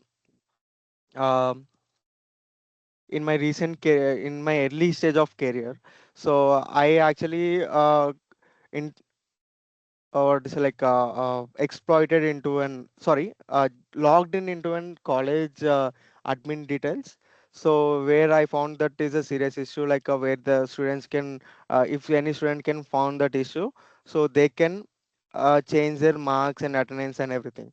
So I found that that's a serious issue. I directly returned to the mail as I'm an ethical hacker. So so that generally happened. So I didn't break into the system, I just performed the SQL attack, SQL injection attack, and I directly found that I got the access of the system. So this is what generally example of an what hackers doesn't break in and they simply log in. And I have a simple question here. Um, how many of you are having the same password for all your accounts? Like you might have Gmail account, Facebook account, Instagram accounts. Yeah, you can raise your hands or you can drop me or same password.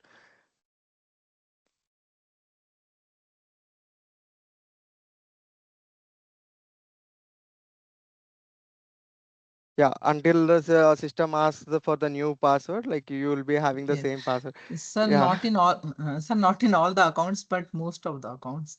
yes. Actually, that's our tendency to of remembering the password. Actually, Yes, sir. Yes, sir. so even before like uh, joining into this cybersecurity career, I do have all the accounts password is same, something like which have the pattern of my name and also a combination of my mobile number or my favorite number. So obviously, like all our passwords will be the same. I hope so. So this is a serious vulnerability. I think like most of those passwords, what we generally keep is a combination of our name or the full name and the mobile number and also the date of birth. Uh, yeah, mostly these three matters. So if I have your any of the email ID or the username, if I write a code of creating a multiple combinations like minimum password characters of 9 to the maximum password characters like a 40. So if I try the every permutation and combination of the password, then I can easily break out all everyone's password. So that is the reason the these days systems are asking like the password should be uh, the combination of capital letters, small case, and also special characters, symbols. So everything should be involved in a single password. So I have one more quick question here. Um, how long is your password? You can say in characters like a 13, 9, 7.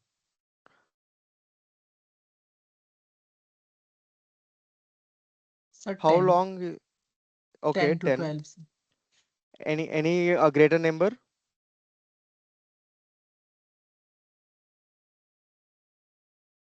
Okay, let me say mine. My password is like a 37 characters long. So and every account's password is different. Yes, 37. Actually, you might have wondered like how do I remember all those passwords? So most of the passwords I remember, but for all the accounts like the simple accounts or the major accounts passwords I remember. But for all the small accounts like which I don't use frequently, those accounts passwords will be managed by my password manager. So how many of you use any password managers?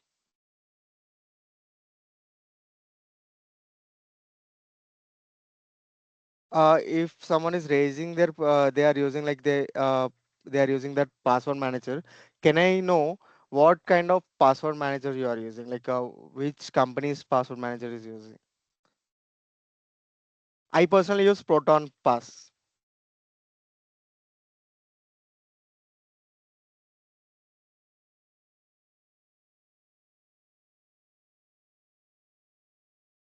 Okay, how many of you save your passwords in your browser? Like when you're logged into an new application or like Netflix or something like accounts, uh, So you'll be having a pop-up like save or not now. So how many of you click on save?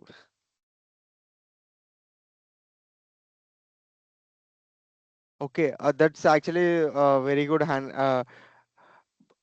or is like practice, but you should keep your diary very safe.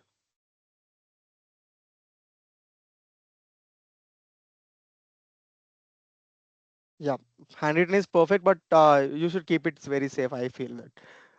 So the most thing like what we do is like if a system is stolen or what happens here, uh, all your passwords were stored in your Chrome browser. Like if someone is clicking on the save frequently, so that happens. So that's all the passwords will be uh, what is it like exposed to the hackers. So this generally happens like I prefer not to save in your browser's data. So if you want to really save all your passwords, if you don't remember, you can obviously use this password managers. Like I personally use this Proton Pass, which is a free password manager. Okay. Yeah. I'm done with my questions and everything. Yeah. Thank you so much for all your replies and response. Yeah. So here there is a very much root cause like for the breaches is like a phishing emails. And so how many of you ever what is it like being into an phishing emails? Like we get something like frequent messages like Geo is giving 30 GB free data, and also something like Narendra Modi ji is wishing all the Indians a very happy Diwali or any festival. So all this uh, what is it, like messages we frequently found in the WhatsApp group chats and also in the emails. Okay, so once you click on that link, that's all. You might be a cyber victim. So because so this kind of attack is called as like a phishing attack. This comes under the social engineering attacks.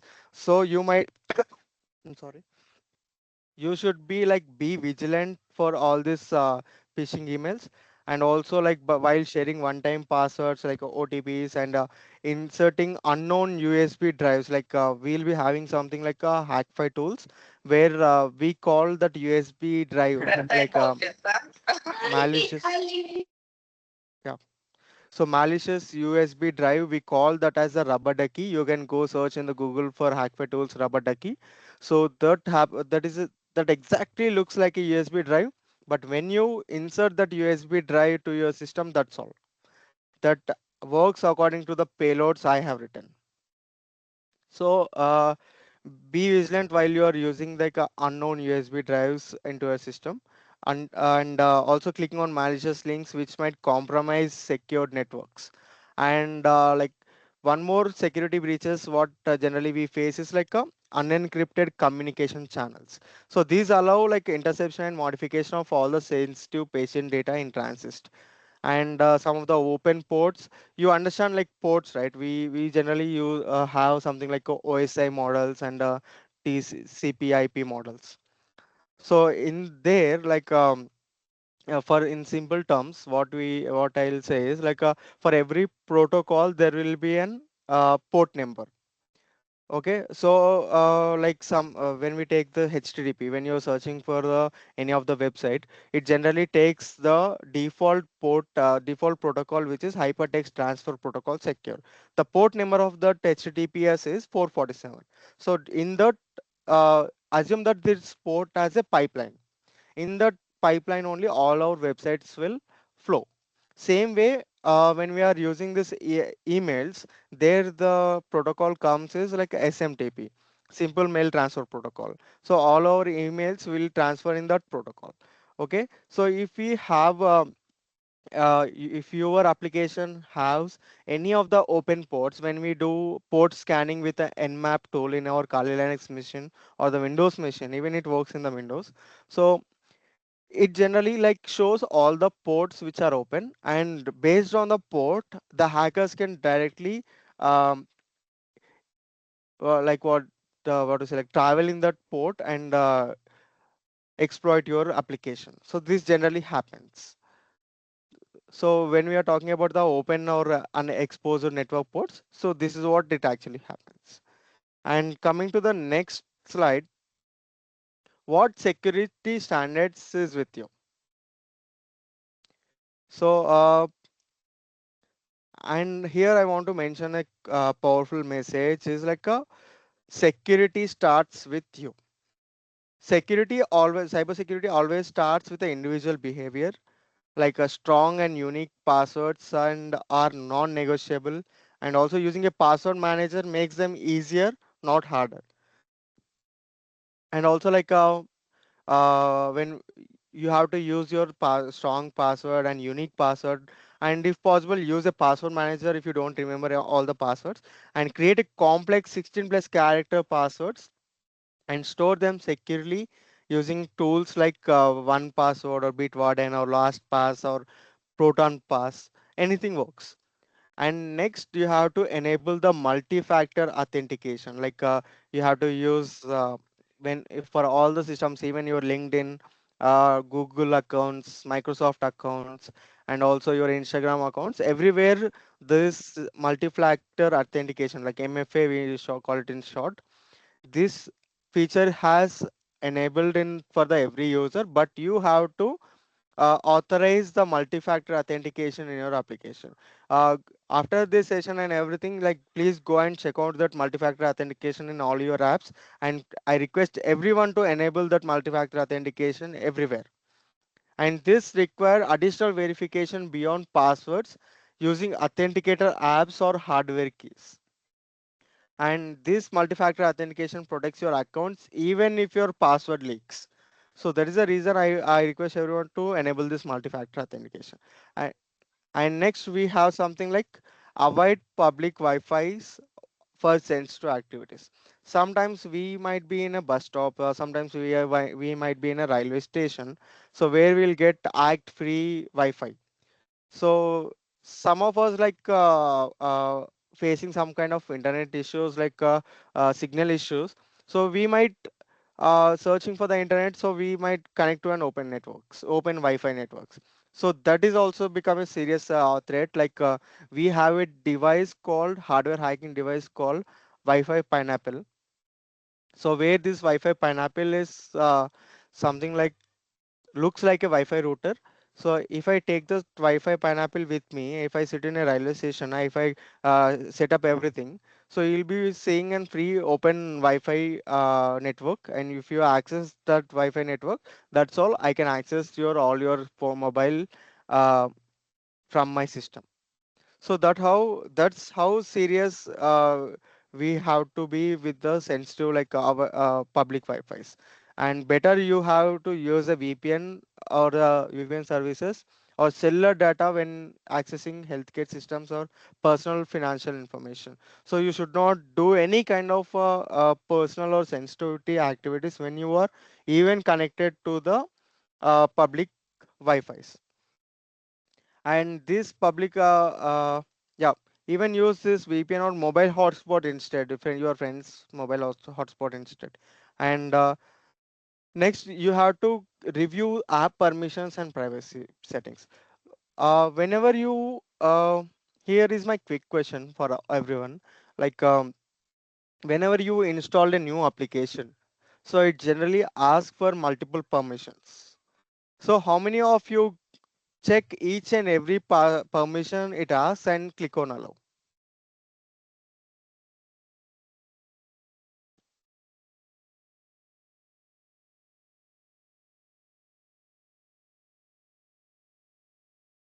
So if I have a something like application called even we taken the very frequent app we in these changes we use is like a Instagram. So whenever you install the new application Instagram, initially it won't ask any of the permissions, but when you want to access the camera, suddenly the pop-up will come up and it asks you to allow the permissions for the camera and also microphone. Same ways, some of the malicious applications will ask some of the information of your health application and also variables and also tracking devices, all the sensitive uh, sensors what we have in our mobiles, they ask permissions for them. You have to deny it instead of allowing. So you have to keep an eye when you're installing the new application. Even you have to keep an eye. You have to go to your applications and you have to review your app permissions and privacy settings. So you have to limit access for the location, contacts, and also health data, which only to applications to genuinely require it. So you have to give all these permissions which genuinely require it. You should not give all this data to anyone, right? And yeah, so you need to review this frequently. That's my suggestion to everyone. And next, you have to keep your phone, laptop, and IoT devices are updated. So all this, like, we might face some of the issues, like recently, like OnePlus mobiles are getting like some of the lines in between. So whenever it happens, like we are feeling like unsafe when we are upgrading the what is it, like software update. So but that's completely fine, but we need to check, we need to wait until a few days. So some of the developers or the some of the beta testers will install that thing and they'll update us in the social media. So we need to wait until a week, but after that you definitely should update your phone, laptop, and IoT devices, everything. So these five habits alone block more than 90% of common cyber security attacks. So you understand, right? One, two, three, four, five habits.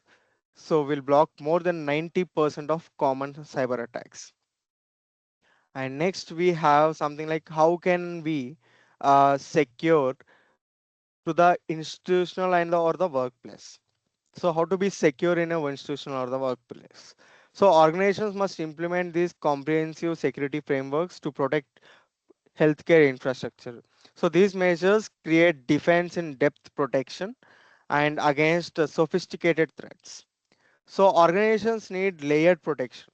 So not one tool, but a system which take care of a layered protection. So zero trust framework means like never trust, always verify. So authenticate every user, every device, and also connection attempting to access resources regardless of a network location. So we should install a framework where it is like a verifying and also like authenticating everyone. Even the user is already created in the database, but it always verifies it if the user if the user is actual user. So you need to install these kind of zero trust security frameworks.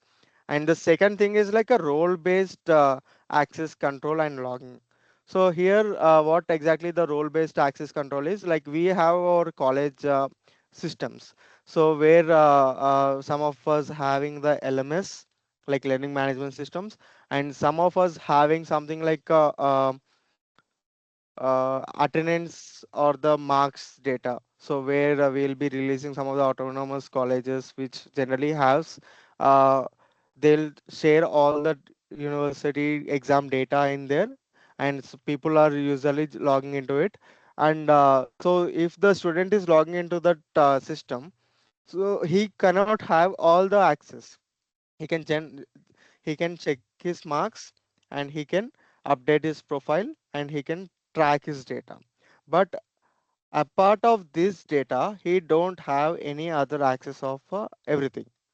So this is the student role.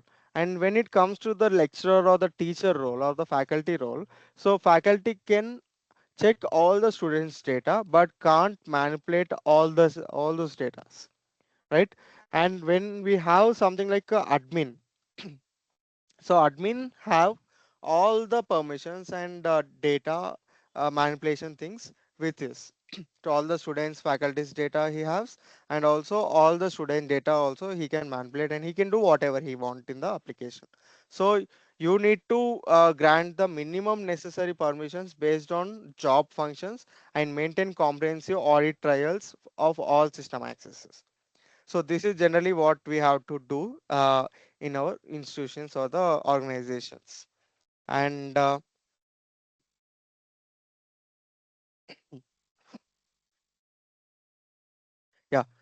And always you have to maintain encrypted backups, like so whenever we don't know when we might become a cyber victim, so we should always maintain as a backup, so to a secure cloud. So every institution will have a cloud database or a cloud. We can obviously buy a cloud whenever we need in the AWS or the any cloud service providers. Okay, so when we are such like storing all our information, all the backups of our application into the secure cloud, that makes uh, all the users who are using our application flexible. Like even our application is hacked, we can delete the entire data, and we can backup from our secure what is like a backup, and then we can install in our current domain, and we can make it ready for all our users. So this generally happens with the backups and everything. So even there is a system logged and the hacker is asking for the ransom, it is like okay, you can do whatever you need with the application, and we will be deleting it, and we will be backing up the whole application from our backup files from the cloud. So this should be maintained by an organization. And next we have something like regular IoT patch management. So generally what happens here is like establish a systematic process for identifying, testing and deploying. So security updates across all connected medical devices, whatever the devices what generally we do have. So uh, we must have every device on the network must be updated regularly. And finally, cyber awareness training. So this cyber awareness training is not optional anymore. People need to learn security things the way they learn first hand. How many of you agree? So how we learn the first aid things, or how we learn uh, the basic things. Same way in this digital world, we have to aware of the cyber things or the cyber threats and vulnerabilities. So this cyber awareness training is not optional anymore, I feel. And people need to learn the security the way they learn this first aid and basic things. And next we have something like AI powered cybercrime rising. Yeah. So till now, like we have seen, most of the attacks were done by the human. But from now on, what happens, like AI powered cybercrime rising. So even the AI, which is like artificial intelligence, has become a double-edged sword. While it enhances healthcare capabilities, it also surcharges criminal operations with unprecedented scale and sophistication. So what happening here is like artificial intelligence is helping healthcare. Obviously, I agree, but it's also helping cyber criminals in deepfake audio that can perfectly mimic voices of CEOs or doctors. So this AI generated audio impersonating executives or colleagues, convincing staff to transfer funds, share credentials, or bypass security protocols with alarming realism.